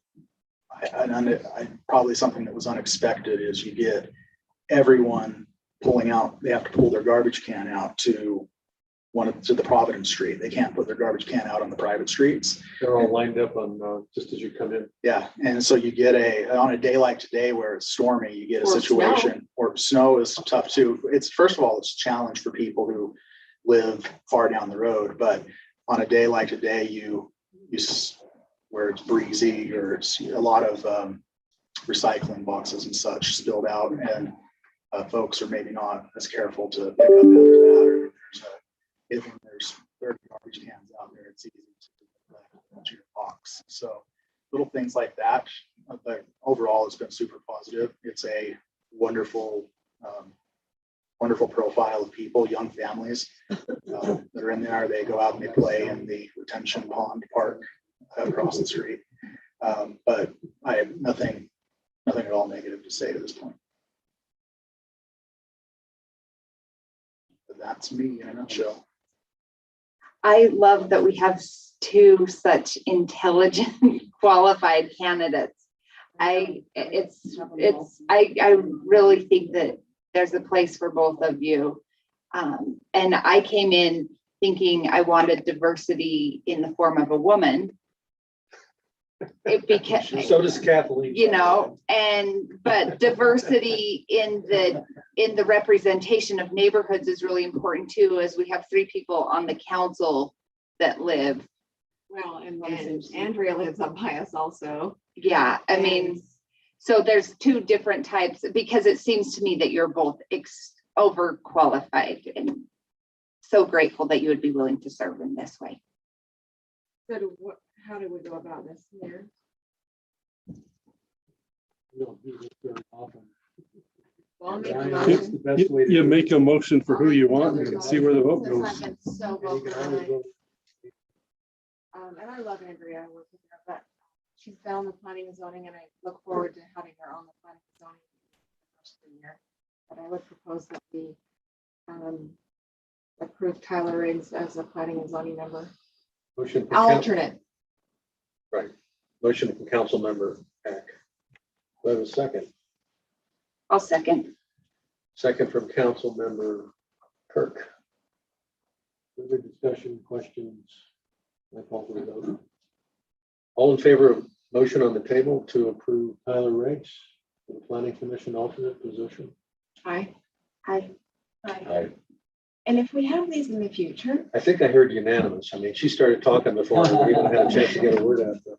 if we have these in the future, will you send the resumes out, like maybe with a package? Yes. So when I started, I apologized. I said I do. I wasn't listening. They're both obviously extremely overqualified. Occasionally mayor's goof, but I'm sure the next mayor will do much better.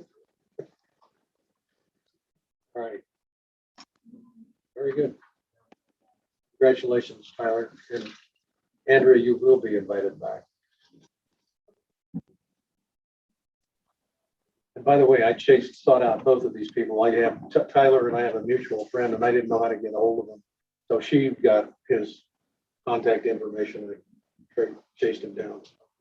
And I somehow tracked Andrea down and said, Andrea, you might want to consider Get on the planning commission again?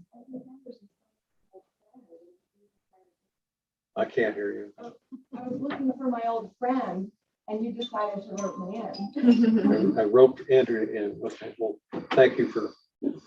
Well, I think Andrea's skill as a connector would be really helpful to carry in some of the things we've been looking for in the community. So I'll let you guys work that out. So the other thing is, we've got some good talent here. Once the planning commission doesn't have a chair, then they'll have to select a chair, and we have some very talented, motivated people. And it's the vice chair doesn't automatically move up. It's up to the vote of the commission members. Okay. All right, what we got left? Staff reports?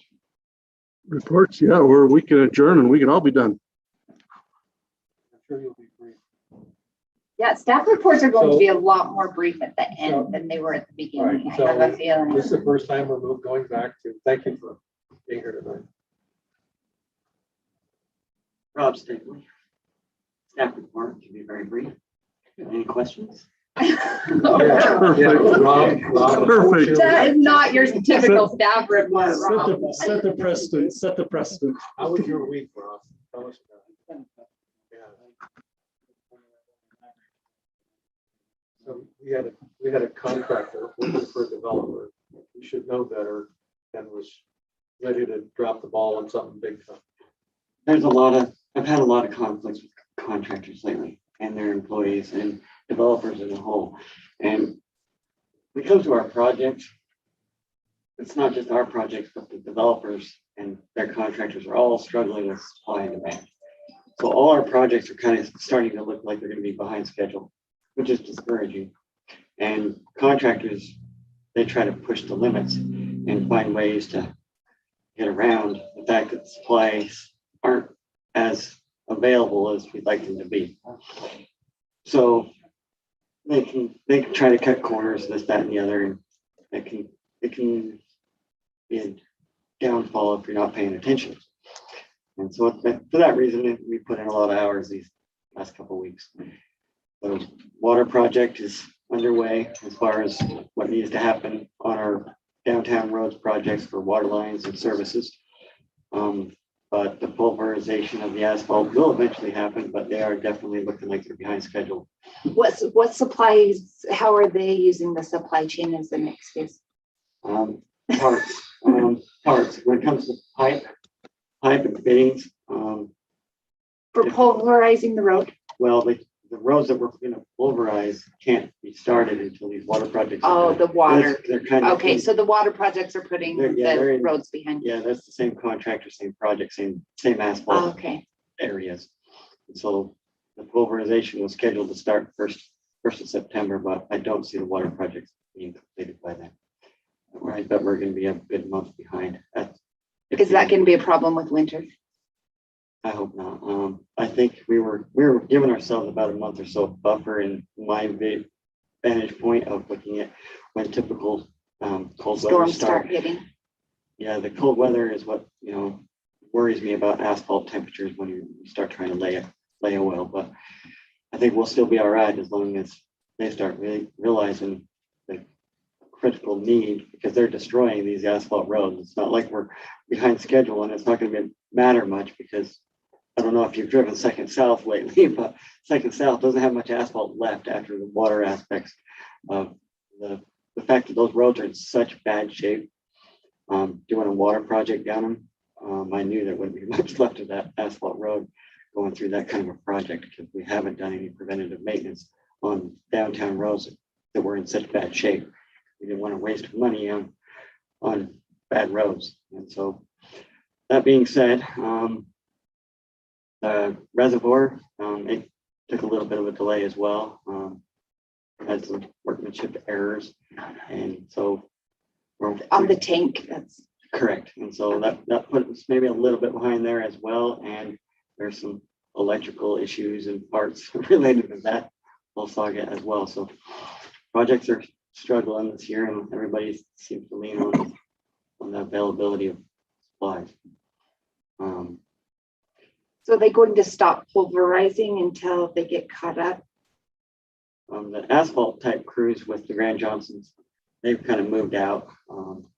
It's different crews altogether. So the Grand Johnsons does underground and they do road work. And so it's really just different crews. And so the asphalt crews went to other communities doing asphalt jobs while the water crews, underground crews finish up our underground needs and utilities. And then they'll come back. Is that the same situation with the fiber? I saw there was like Fiber guys a just took block and a week half off. of crack still done. Fiber guys are what? Yeah, the fiber guys took last week off for some different reasons. A lot of it is the county fair. So in In Roosevelt. Duchesne, please don't confuse the two. Oh, In Duchesne, rookie mistake. yeah. So in Duchesne, the county fair is a huge deal. And so all of the crew took the time to go back. Lots of their kids were in the fair or had animals that were selling. That's a big deal for Duchesne. It's a big deal for Logan, for the county, but nothing like that. Everything closed down. It's almost as good as the Tremonton, they don't start school till after the fair because, nor does Duchesne, I don't think. well, their fair's the last week of August and they wait. So does that have to do with the crack still with the supply issues? Because I thought The they, mastic crack seal has been a slight issue. They've had a bigger problem with getting pedestals. They're plastic pedestals. You see a lot of conduits sticking up on the edges of the roads. Those are supposed to be in hand holes and different types of pedestals. And so they've struggled getting the parts they need for those. They did finally get some, so they said they were going to do some catch up when they got back from this fair project. The fair project. The fair escapade and start putting those pedestals It's together. okay, they're all taking their PTO at the same time. I believe this particular crew that we've all gotten to kind of know lately is going to vanish on us here in a week or two, and a different company, a subcontractor of Strata, is going to come in, known as Sorensen SCI, and so I've actually enjoyed this crew, and when it comes to their workmanship and their overall attitude, they've been a good crew. So hopefully we get another good crew from SCI. The developers are going through some of those woes. Sagecrest has been way behind Danny McFarland's plans on getting minimum improvements in concrete and things like that, along with Shoreline seems to be behind its schedule for that developer and their contractors' desires to have things moved along. I know Ballard Springs is very much behind their schedule, so it seems to be widespread, so there must be some legitimacy to it. Thank you. Yep. Keep up the good work. Thanks. Yeah. Definitely. oh, how's We've the got your water? back. That was my next question. Water, how'd it hold up through July and August? Oh, yeah. Quite well. I think things kind of stabilized, and we were worried that things were going to continue the downward slope and the lack of, I guess, from the very beginning, but they kind of stabilized a little bit to where, from what I've noticed and seen in creeks and different trending screens, water levels in the aquifers and the springs overall, I've heard everything kind of stabilized, and that was kind of unforeseen, and maybe these rains lately have kind of helped equalize that out, but for whatever reason, we're doing okay. It's amazing that they're holding up as well as they are. Mhm. And There's a reason why they call this place Providence. yeah, if we can figure out how to do those 10 to 20-hour weeks, I'm sure Scarlett, Ryan, and I, probably tied to, would like to figure that one out. Only in cells. If you've got big clients.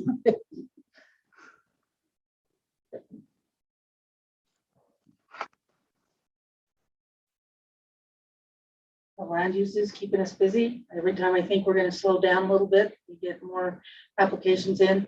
We had a development team in today talking about the east side of 165 down in the 300 South area. And so I think we're going to really need to start looking at putting our soon as we can start collecting those sewer impact fees, we'll have a place to spend them. They've got some pretty cool ideas. I will warn you, it will probably be coming in with a rezone, but we'll see how it goes. It's in its very early infancy, but Scarlett, which parcels were those? Those are the 3 parcels of the Lowe family. it's the 2 that are right on 165, the corner, and then the one headed south. And the developer that came in to talk was Craig Champlin and his architect and other people, and Kent Dunkley. So he's a developer of the 55 and older community just to the east. Correct. Of what they were talking about today, which is right on the highway. So what do they have in mind? It would be a mixed use development. It's pretty cool. We made some requests, and it's in its infancy. It's in its early stages, but I think it's a really fun idea. I will say, this is one that, if he holds true to what he was talking about today, he's got plans to do the commercial side first. He has really cool ideas and for that corner, and so it's a little bit opposite to what we've experienced with the others, which is a breath of fresh air for mixed use. To have somebody who want to, actually, I think they've really, not that they don't want to see that higher density down there too, but I do think they've kind of caught the vision of mixed use a little better than some. And then, so that's pretty much, I do think, and now with this annexation, we can't do a whole bunch yet because Ty's got a little bit to do. He's got to put together a packet and send it down to the Lieutenant Governor's office. They're running a skosh behind down there with the elections and everything. And they used to could turn those around in a relatively short period of time, but we can't actually record the annexation until the Lieutenant Governor's office certifies it. And so we're out a little bit before you'll see that actually be recorded. So that's where we'll be on the annexation. And we're getting ready for flag football, and we're working on the car show and doing some stuff that direction. We're already talking about things for the Christmas tree lighting and things like that. So we have a few fingers in everything, trying to provide for everybody. But where are we with, at our last council meeting, you were going to take back to planning and zoning, the design review? It's ready. It's So going that to will come them. to us Yes. next month. And then where are we with, remember I asked that we could look at when development comes with community, like a pool or a clubhouse. It's in there. That's in there too, that it'll come in phase 1. Yeah, doesn't necessarily say phase 1, but it does say that the overall amenities need to be in the beginning, not strung out to the end. I can't remember exactly how I worded it, but that is in there. The parking, the length of the garages, or excuse me, the driveways is in there. The visibility of the playground, the exteriors on the rear and the sides, and the amenities being put in the proper order. And it will go to planning commission next week. So it hasn't been there, but that's where it's headed next week. And they should have 1 to 2 meetings. They didn't have this last one. Kathleen was gone and some other things. So that's when it will be heard. And along with that, they're going to hear a couple others. The appeal authority, we're going to look at the makeup of the appeal authority.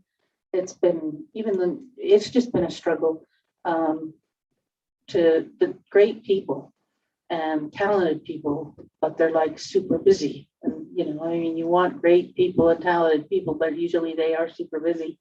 And since it's not something that they can plan on as a regular time, it's difficult for us to meet our deadlines and stuff to get everybody's schedule put together. So Ryan and I talked, and we've put out a change on that. It's, even though it's not in the land use portion in our code, the appeal authority is part of title in state code, part of the Land Use Management Act. And so it will go through the planning commission and have public hearings, and then ultimately their recommendation, and then come to you for final approval on that. We're also working on the sensitive areas. Right now, we're seeing a lot of conditional uses come through, and where there's probably better ways to handle that, because there are a lot of codes, building codes and things in place that really do take care of a lot of our concerns. So having them be a conditional use is actually kind of sticking an extra step in there that maybe we don't need to put developers through. Some things we'll still have to, but for the most part, I think we can work those sensitive areas using qualified engineering reports and the building codes and our inspectors to make sure that everything, because you have to do all that anyway. Even if they come to the administrative land use authority, they still have to go through all the steps. So it should help smooth that process out and put it in the hands of the professionals and the builders, and get us a better product when all is said and done. And the gentleman that has asked us to reconsider setbacks for accessory dwelling units, he has not been to the last couple of planning commission meetings. He did say he would join by Zoom in this coming one. He'll make sure he's out of town on it because of work, but he will join by Zoom. So Side the yard setbacks, rear yard is what he's making them less. He'd like them a little bit less. I think it's the rear yard. I'll have to look at it again, but that one's completely citizen driven. So we'll see how that goes. And we've got some great people. We said goodbye to Jesse, and he's off to Maryland to go to school, and urban planning is what he's getting mastered. Isn't that right? That's true. Yeah, in urban planning. And so that'll be good for him. He probably left today in the rain. He's driving back. He's got a friend that's going to ride with him back and then fly back here. But we'll miss Jesse. He was a good guy to have around. Jesse came to work for us as a temp. He did with, I think it was Elwood Staffing or something. He did a good job, and of course I had a couple chances to talk to him, but his bachelor's degree is in Arabic. And he also speaks a couple other languages, I think. Korean. Huh? Korean. Korean? He did it. Yeah, that's because he did he did a mission in Korea, and his companion was your brother. Wow, small world. Yeah, it is. So I asked him what he was going to do. I said, well, gee, if you're fluent in all these languages, the CIA would love to hire you. And he said, no way, no. So I gave him he expressed interest in different issues, but I gave him some books to read, which he read on urban planning. So he got his head into it. So anyway, you'll see a new face. Ryan and Diane and Natalie are looking at candidates or applicants right now, and you'll see a new face at the front desk in a short period of time. But we've got a great staff, and we're just plugging along. I won't say plugging because we're going faster than a plug, but I've got a question just based on tonight's discussion. I'm wondering if single family residential, if the twin home part of that should be looked at, because it seems like it rubs people wrong, even maybe more than the lot sizes or the setbacks. Well, not just that, the you twin can't home. even get, like, why would somebody I'm put a wondering twin if that should home be on two brought. separate lots? Why would they touch? Like, it makes no, like, logical sense why someone would do it anyway. there are some. I mean, actually, over here there is. right here on 30. Up here. There's some very nice ones. If you come in on Provo, University Boulevard, there's some nice ones there that are probably $500,000 ones. But Why? Do we want Why? to keep it in our zone though? So do we want a just- separate zone? In other words, break out the single family residential, take that part. So as you said, seemed to be offensive to some people, instead of deciding this as a separate zone. People are really uncomfortable. They're uncomfortable. Yeah, that they can have twin homes and But the thing is about it is, it's so weird to me because they still have to be on their own lot. You're still having the same amount of people, people own the property. So it doesn't really increase density. No. well, At all. I just wondered if it should be brought to planning and zoning for discussion. it's an We efficient, don't need to discuss it. it's an efficiency of the lot. But yeah, if you want it sent to planning and zoning to have them look at, but it's efficient use of the lot. You don't have to have your house in the center. You can have a bigger house on the same size of acreage, because now you don't have to have a side yard. You only have to have one side yard instead of two. You actually are allowed to be able to build a bigger house on the same lot. I don't understand why people get so worked up about it. I don't know why people get worked up about it. Right. That's the problem is it comes across as a duplex. I will mention really quickly, we are getting a lot more interest in accessory dwelling units and in accessory apartment units. And I had a fun request that I'd not heard of before. And so I had to Google it, and sure enough, it's a real thing. It's a barn dominium. A barn dominium. Where? Well, cool. There's one that wants to come here. Yeah, it's great.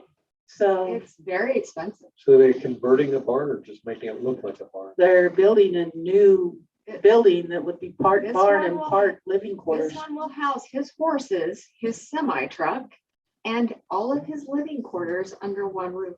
Yeah. Yeah, upstairs living. No. It separate. depends It's all how- it separate, depends but how it's you all do under it. one roof. It's a 2-story building. It depends how they do it. There's a bunch of options. But anyway, Is that like what Brian Marble has? sort of what Brian Marble has, but these are really, I mean, the goal for this person is to be able to have their animals right underneath them. The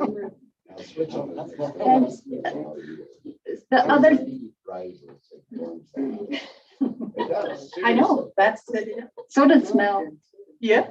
It's okay, I grew up on a dairy. Nothing's worse than the smell of a dairy. The dairy farmer Oh, say that. okay. The dairy So there, farmer says that's the it's- smell of money. That's the smell when I drive through College, what do you smell? Money. okay, the other thing, based on the experience we've had with Andy, and I think this is in the works, but I just want to make sure that we could entertain some type of ordinance for what rezones can be brought to the city council or to the zoning or the planning commission. We are working on a little bit of clarification on rezoning. That's an option that the council has. I mean, there's nothing in state, in fact, state code comes right on, says there's no minimum size on a land use designation, but that doesn't mean that we can't create one.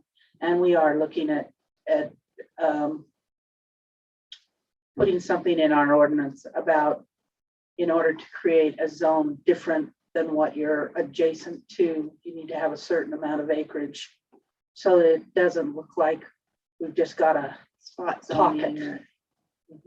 Yeah, and then we don't have to keep Doing the rounds. doing the rounds. Yeah. Awesome. I will be glad to see that. Yep, that's in the works too. It's just not Take this some week. time. Yeah. So anything else? Thank you very much. Oh, I do have one other quick thing. I wanted to thank you. I think this is the first opportunity we've had a meeting since our actual increases went in. And on behalf of the staff, thank you for that in the budget. Thanks to Ryan for putting it in. We got an increase? Yours doesn't take effect, I don't think, Nope, until nope. the new year. No, January. they got an increase and then they get a second increase in January. Okay, So If there you, go. if you didn't see it, let me know, Got but, $2. But anyway, thank you very much for that.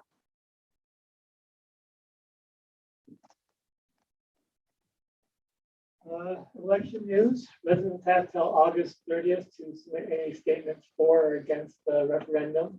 That will go on a pamphlet. So far, I haven't received any.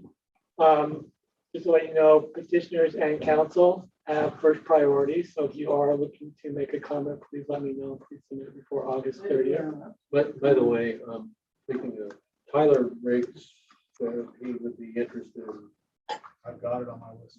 in commenting on the referendum.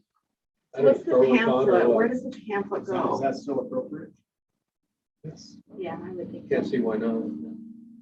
Yeah, so the pamphlet will be created depending on what objection statements we have. That will be sent out to residents, posted usually 45 to 15 days before the election, closer to 45 days. So When do we get the mail and when do the ballots come to our mailboxes? about 30 days prior. I don't know if we mentioned this last time, back in July, we paid off our 2001 water bond. That's been paid off and now we got our fiber set up. Court news, going good. We now have our mask mandate back up and running, so patrons have to be wearing a mask when they come in before the judge. You might be seeing that for a while based on the order from the Salt Lake. And that's all I have. Any questions?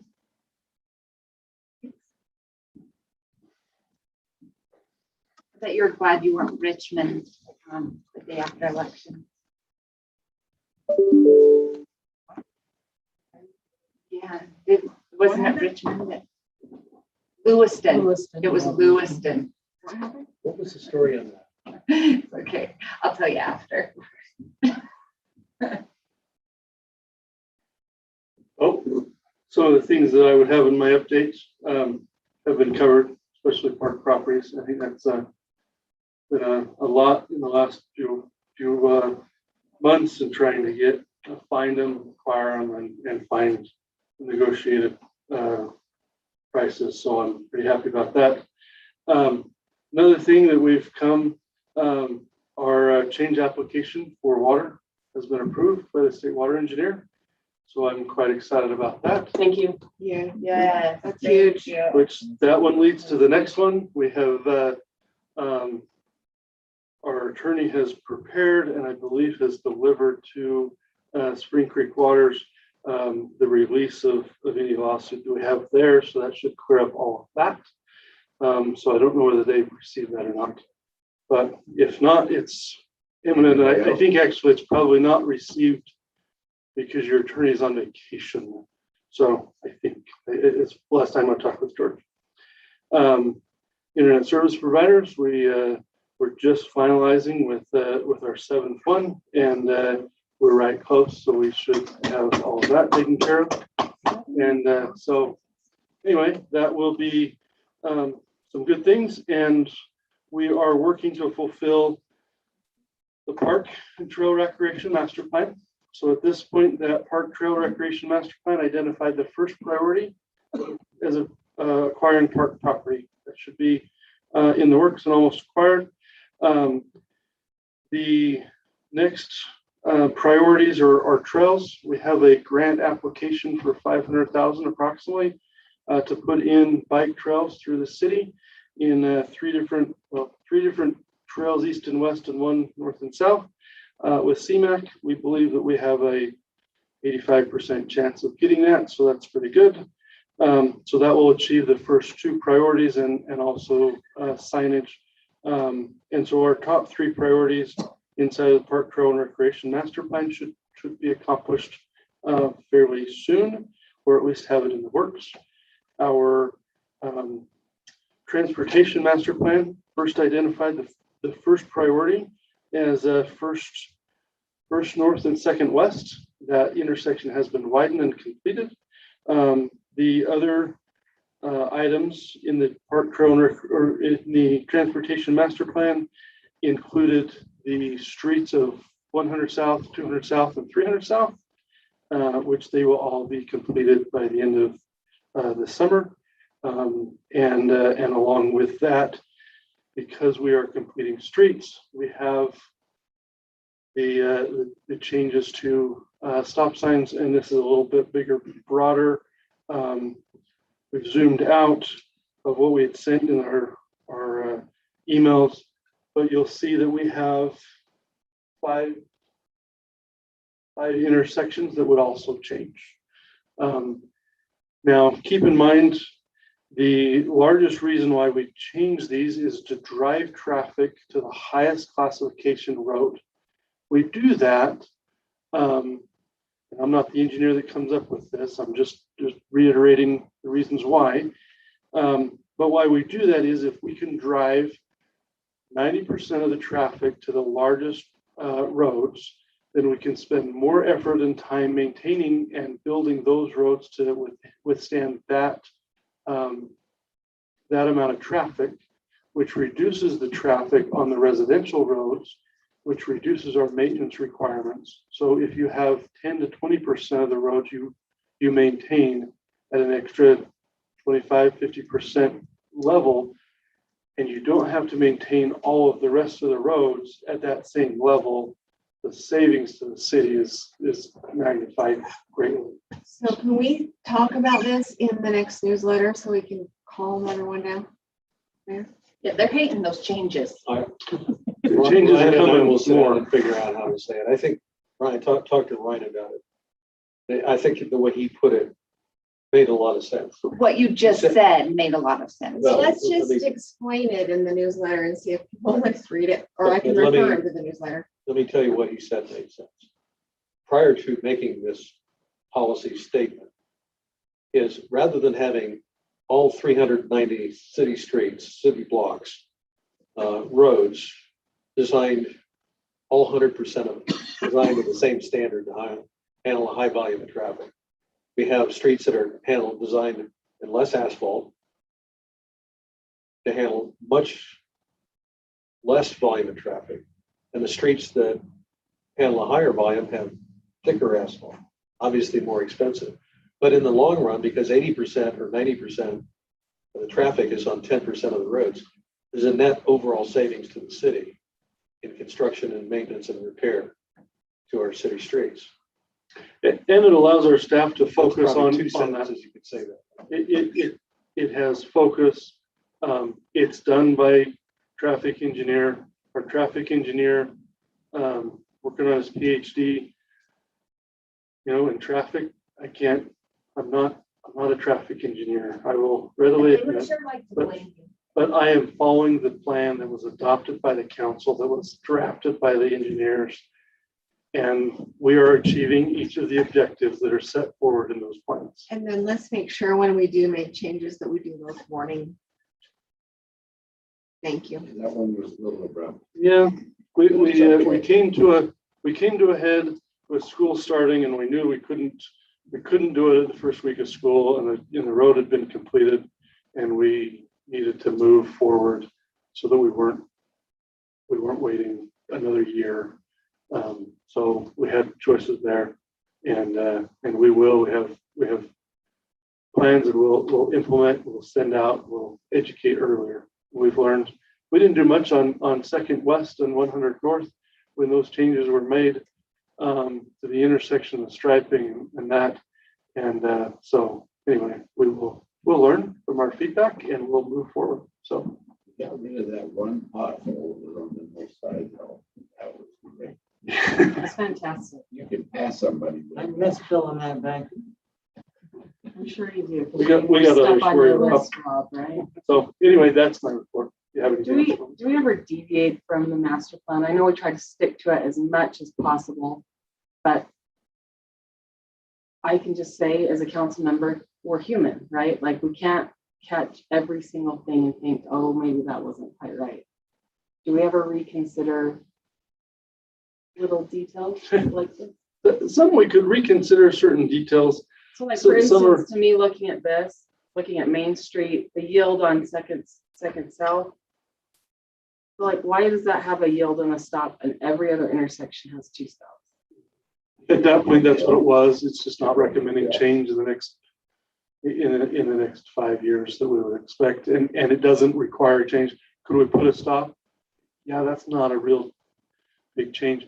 The bigger issue is the flow of traffic on the arterial, the major collector, the minor collector. And if it incentivizes and drives the traffic to the larger classified road, that's more critical than a yield versus stop. Sometimes you'll have yields going uphill and stops coming down because you're wanting to affect and make sure that that's seen. It's a difference in speed. In difference. But And do you feel like you would recommend to other bodies, like for instance, the school, adjust their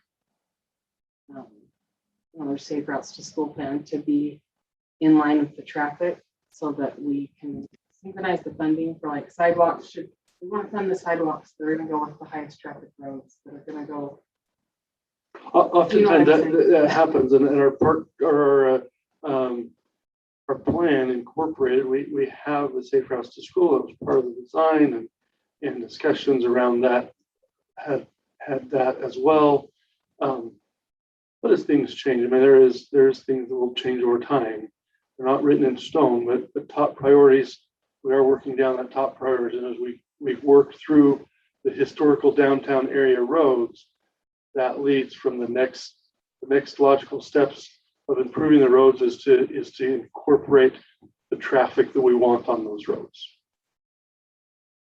Also, and I know you're sick of me complaining, but our street signs are off. I drive around town and I'm just like anal about this, but so many of them are not straight and our new ones aren't straight. Even I've made that peeve. Like the one up on I have pictures of two of them I was going to share with you, it so, just leaves but I like haven't gotten this. with you. Thank you. It gets people's attention. When they're crooked, it gets my attention. Just It certain drives me people, nuts. special people. There's a few that we purposely do that with, and because the tree is there, doesn't, Trim the tree. Just kidding. I'm just kidding. Thank you. We had some really big trees, like on First North. You want us to cut out all the trees? They're really wide, you know the variety. So you sit there, the people around here love trees, think those trees are the best thing that ever happened. They go nuts when power company comes and trims them. What are those big trees? Sycamore. What are they? Sycamores. So we have parts of the city where there's a sidewalk and it dead ends, and then there's a row of sycamores right after it, where the sidewalk would otherwise go. We could never cut those trees down. That's I a don't want the political one, I riots. think. All right, I want to save as much time for you guys' reports, so I apologize that the staff reports have taken as much, and we thought we'd be quicker, So I got so, a question for you. yes. I've got something. Ask you this for the sewer, the sleeve going under the highway, what's the timing on that? I thought it was supposed to be done before the UDOT project. The UDOT project went a lot quicker than we were ready to, and I we're was like, they working must on have that. done it in the night. No. No, there is still a process with you. They did the UDOT project. Yeah, they did the UDOT project Obviously. right in the middle of the night. When they said they were coming Really? fast, it was. You don't want to lose. No, we have visited with the firm or the construct contractor to do the project, and we're working towards that. So, but we will need permitting and things like that. Another question, I meant to ask you this. You mentioned the grant money for trails.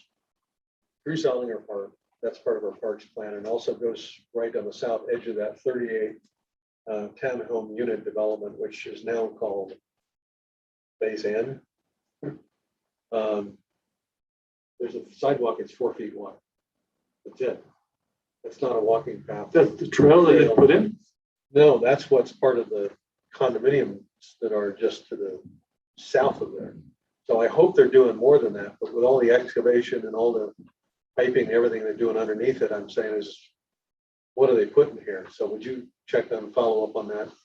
Yes. Because we were promised that there would be a path and they would install and adequately construct to our specifications, a biking, hiking, walking path on the south edge of that development.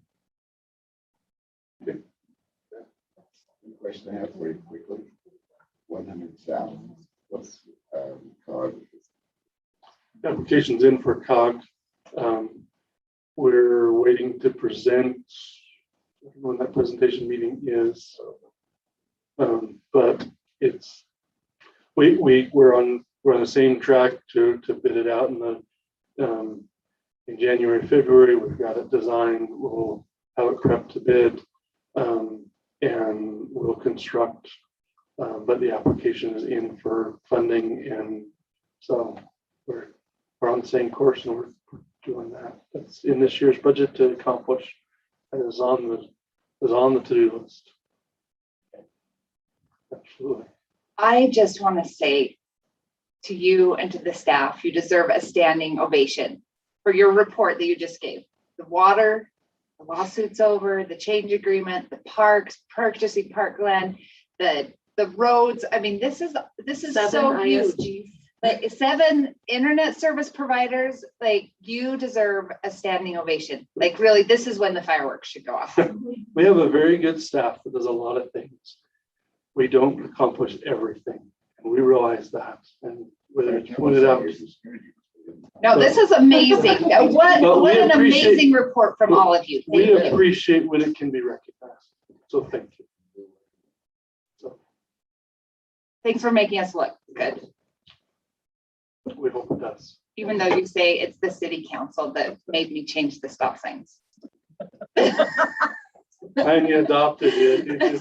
I think we ought to take the right out on east center going east and west because nobody stops anybody. Can we have that over? Would you put that in the minutes? We'll see if that's applicable with the master plan. Did you see the new warning sign in front of that one? What that? We just put up a warning sign in front of that one too. I think you need to put up those spikes out of the road. Now he's getting nasty. Well, it'd slow them down. Council report. Let's go first. Christina? I don't have anything. Brent? My only comment is that I was happy to see the water thing get settled. Really happy to see that get taken care of. That was long coming and long overdue. That's good. The Historic Preservation Committee is doing a history of the irrigation in Providence, and they've got their draft coming along very good. It looks good. That's all I have. No. Janelle, school starts tomorrow. You could announce that. School starts tomorrow. My baby's going to first grade, so I make a really big public announcement about that. It's a big deal. So I just want to give you a little bit of report on youth council. First of all, this Friday night, we're doing a fundraiser for the family who lost their home in the fire. And one of the youth council members came to me and asked if we could do a fundraiser. And I was like, I can't do a fundraiser. And then it came to me that maybe we could tie it into the movie in the park.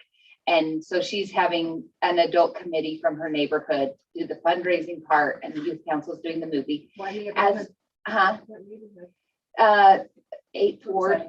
that's their neighborhood. Okay.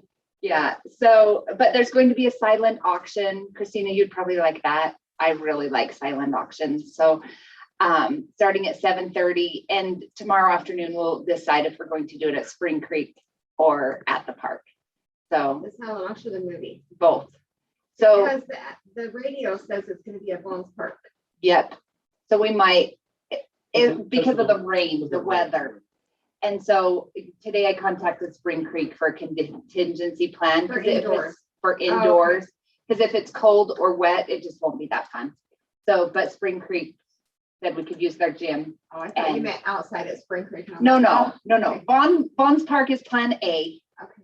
Contingency plan, since it's raining and none of us are complaining about the rain.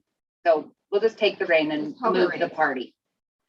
And then one of my goals for the year, I made some progress this week. I think I may have reported that Amy and Scott Billings have been helping with the youth council float. And that would have never happened had they not been willing to help, because I was just too overwhelmed with doing a float. And we're going to be in the Apple Days Parade on the 28th at 4. And it's a pretty short parade route. So if kids are into candy, that's going to be, I mean, they're going to probably be throwing handfuls. But then if you know Ashley Fisher, she's kind of a young mom and wanted to be involved in the community. And I think she's planning to help as a youth council advisor and then co-chair the Easter egg hunt. So she'll get to know the youth, and then she'll just kind of be the adult chairperson for that activity. And then Katie Gerke, I just met her this week. She is also willing to help with the youth council. And if the staff is willing to work with her and I on the tree lighting, we'd love to. I told her we'd like her input to help with that and kind of be the liaison with the youth council and the staff and the tree lighting. So yay, we're making some progress, and applications are open for youth council till the end of August. Just make sure we have everybody's contact information, Katie's and Yes. Amy's. Was that the I'll other? send it to you right now. Katie and Ashley. That's it. Very nice job. I don't think since I've been involved in the council and as mayor, I don't recall the youth council being as active and as involved and engaged. as they They're are- just as such they are great now. kids. I don't know why everyone doesn't want to be a youth council advisor. I'm serious. It's a good attitude. I've got two things. I'm working on a project, our justice court. Ryan is working on an analysis to compare combining our city's court along with Hiram, which includes Nibley, Memon, Paradise, whether it works or doesn't work. I think there's good reason to keep the justice court alive. So I'm launched on a project, had a long conversation with Senator Chris Wilson, who's on the committee that funds the justice court. I had met with Dan Swink, who's a former county attorney. He works for the prosecutor's office down in Weaver County now. He's very passionate about it. I had a conversation with the sheriff. He and I are going to get together. I had lunch with our judge. And so I'm going to put a whole package together. We're going to circle around and sit down with Senator Wilson. The first thing is, if justice courts need to be preserved, we want to do that, then we need to make some changes. James said 10 years ago, 12 years ago, when he became county attorney, all the justice courts were profitable, made money. No one wanted to close down the justice court. So in this valley, we've had Lewiston, Smithfield, Nibley, and Mendon, and now Hiram wants to close down their justice court there. And the alternative just doesn't make sense for a lot of philosophical reasons about law enforcement. One other thing I want to mention, the last planning commission meeting, when we had this discussion, and I've heard this, keep hearing this over and over again. We had people that say, well, the developer wants a rezone, but this is what the rezone allows. So just because he says, this is what I want to build, doesn't mean he's going to do it. He could go do something else. He could flip it. So I had to ask Scarlett this question. I said, Scarlett, you've been here 30 years and involved in all of this stuff. In 30 years, have you ever seen a developer show up, promise something, get the rezone they asked for, and flip the property to somebody else who does whatever they please, or build something other than what they said and stood here in front of us that we're going to do? I said, how many times have you seen that happen? She said 0 in 30 years. Again, they've amended their plans some, but not a complete bait and switch. Right. And I don't think anyone has flat out It's flipped like property. single-family residential where they say, well, I'm going to build this, and then they come in and build, what do we call them, the homes? The twin homes? Yeah. Yeah. I thought that was interesting. I'm done. Anything else? Can I call for a vote? Make a motion that we adjourn our meeting. Motion adjourned, second, all in favor? Aye. Good meeting tonight. I think we accomplished a lot. I'll tell you one thing I do